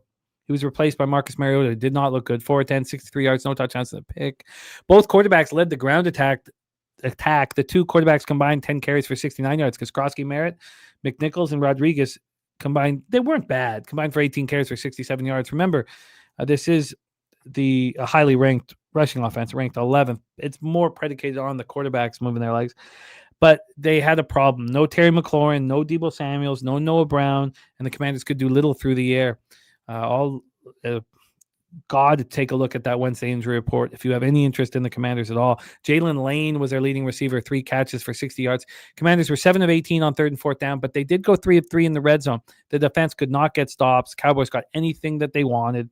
Cowboys averaged 6.6 yards per play, went 3 of 4 in the red zone. The pass rush was quiet again.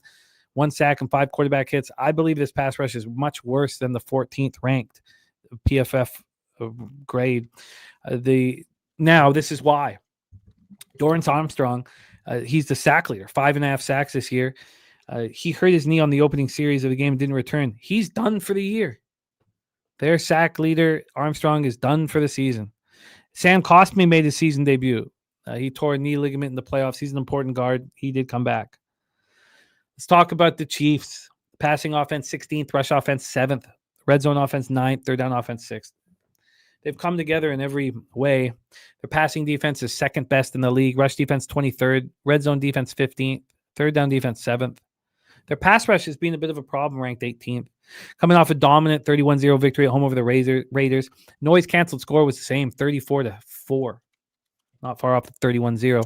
Patrick Mahomes was 26 of 35 for 286 yards, 3 touchdowns, no picks. 9 receivers. That's when you know they're rolling. 9 receivers caught passes. Travis Kelce caught 3 for 54. Rashee Rice returned to the lineup, caught 7 passes for 42 and 2 touchdowns. Pacheco ran 15 times for 57 yards and a touchdown. Chiefs went 9 of 15 on 3rd down, 4 or 5 in the red zone. The defense was dominant. The Raiders were held to 3 first downs. 1 was through penalty. The Raiders were held to 95 total yards. They held them to 0 of 8 on 3rd and 4th down. Pass rush only had 1 sack, 2 quarterback hits. Now Josh Simmons remains inactive due to personal reasons. And then their left guard, Trey Smith, left with a back injury. Their right tackle, Jawan Taylor, hurt his shoulder. We need to see what's going on in that injury report. Unfortunately, Omar Norman Lott hurt his knee, and he is done. Torn ACL, done for the season. So defensive tackle, Omar Norman Lott, done for the season. Troy Torrence, our Monday nighter. Commanders, Chiefs, take it away. All right, yeah, so I don't have much on this game just because I really am a biased individual when it comes to this Chiefs team. I want to fade the Chiefs every time I see them. But after watching them the past few weeks, I mean, I think it's pretty clear they're reverting back to where they were in 2020 through 2022, where their elite offense, where their offense was just off the charts. The defense was below average to bad. And then I think after those 2 years, it flipped. In the past 2 years, they've had elite defense, mediocre offense, reliant on Mahomes magic and mob shit. So they're kind of reverting back to where they were with the cheetah on the field and just this elite offense. Like, you could see it. You could totally see it. And the Commanders, I've talked about it. They're overrated. We got the win total under. We know the defense is absolute trash. So I'm talking about a Commanders defense that is trash and a Chiefs offense that is elite. And here I am about to give out a play on the under. And it's just because of historically we see these games are way more tightly contested than you'd imagine, despite the big spread. Home teams that open between -10 and -13 on prime time with the market moving to the under, 8-2 to the under. And if the total is greater than 44, 4-0 to the under with an average of 36 points. I think this total is too high, and I'm betting the under in this game. I think that the Kansas City Chiefs get out to a lead. There's no reason to press. There's nothing to prove at this point. They're going to win. They're going to get out, and hopefully the defense can hold their own against this, this Jaden Daniels-less offense. Yeah, I agree. I agree.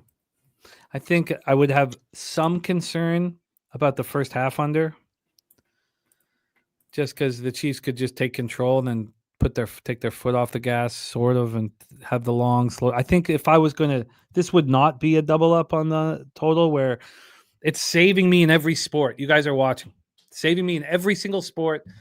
I'm not splitting a unit. I'm putting 2 units on all my total bets on the under. Look what just happened in Rockets Thunder. I'll cash the first half under. Would have cashed the full game under, but it went to overtime. But I don't think I would do that here. If the score was, let's say 17-7 or 20-7 Chiefs, I could still, really legitimately hit the under in a full game with the Chiefs having their 7-8 minute drives. And so I like this look. I think it makes a lot of sense here. Commanders, Chiefs under. What did you get, Troy? I got a 48 -110. Under 48 -110 here for Troy. I like it. I think it makes sense. I'm not sure if the rain is going to have any kind of issue at all or be any issue. 12-mile-per-hour winds, that could change. It could be no rain. It could be 7-mile-per-hour winds that could change. I don't think this is predicated on weather at all. Now I need to sit with this Commanders defense because we're going to need some stops. This is the second worst pass defense in the NFL. Do you trust them enough to slow down the Chiefs enough to get there? I mean, I do. I think they're going to have to limit explosive plays. I mean, if I was a defensive coordinator at this point, I would be trying to bend but don't break. That's giving me my only chance against these offenses, pretty much any offense. I know we just watched the Cowboys march up and down the field on them, but that Cowboys offense at home is just as good as this Chiefs offense. So I would say the Cowboys offense at home is better than this Chiefs offense, to be honest, based on what we've seen this year. So, yeah, I do have some concerns, clearly. And we don't have all that. We do not think Jaden Daniels plays, but he's not being ruled out. I'm hard-pressed to imagine that he's going to play in this game. Yeah, because the reason why the line moved to this as well is because Dan Quinn said, well, it's not a long-term or serious injury. He didn't say, he could come back this week or anything like that. So, no, Daniels has not been ruled out yet, but everyone's expecting it here shortly. And Buffalo on deck. Yeah, it's going to be a win and get out type of spot for sure. That's a good point. It's a good point. I like it. We are in a business here. I like your look here on the under full game here. That is week 8, 13 games broken down here by Troy, Torrence, and myself. Troy, let's review action. Why don't you head down through your action here? I've got almost all of it here, but I'll be listening to make sure to confirm everything, all the numbers. All right, I'm going to kick it off with my the most concerning bet, and that's the Chargers -3, -115 on Thursday Night Football. We're going head-to-head, and I do not like it. Ravens -6.5, -1. I'm not going to go through the odds. I already touched on that. Ravens -6.5, and the Ravens double results. Then I got the teasers. I got the 3 teasers in this. I'm wielding the 3 big favorites: Ravens, Eagles, and Falcons. All of them are -1. 3 different bets, -120. I got the Browns. I've added the Browns first half +4 at -110. I got the Browns +7. Jimmy, that's the one you might not have right now, is the Browns first half +4 at -110. The Browns +7 -110. Then I got 2 bets on the Patriots team total under 23.5 at Bet365. That's +115. The Patriots team total under 24.5 at -120. And then I got the full game under in that spot. Patriots Browns under 40.5. Then we get to the afternoon slate where I got the Saints Bucks under 47 -110. I got the Broncos -3 -120. The Packers -3 -115. And the Chiefs Commanders under 48 -110. So that's a total of 15 bets already open. I love it. I love it. I'm going to be betting the Vikings +3.5 tonight. And I think after it's all said and done, I think I'll probably put about 1.5 units. I don't think I'll put 2 on it, but I think I'd like to start with 1.5 units on the 3.5 to get started. So that's where I start.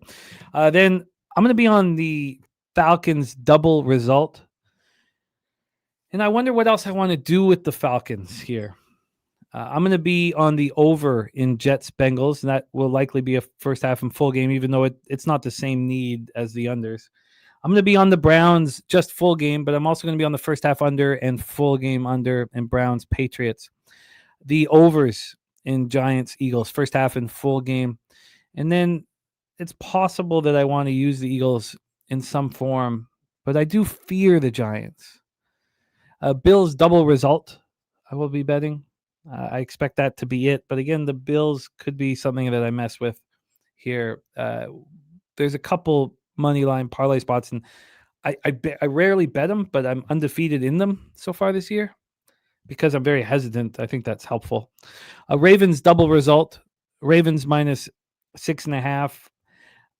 The other, I've got to sit with this too because I'm interested in the under. I'm interested in the Bears team total under.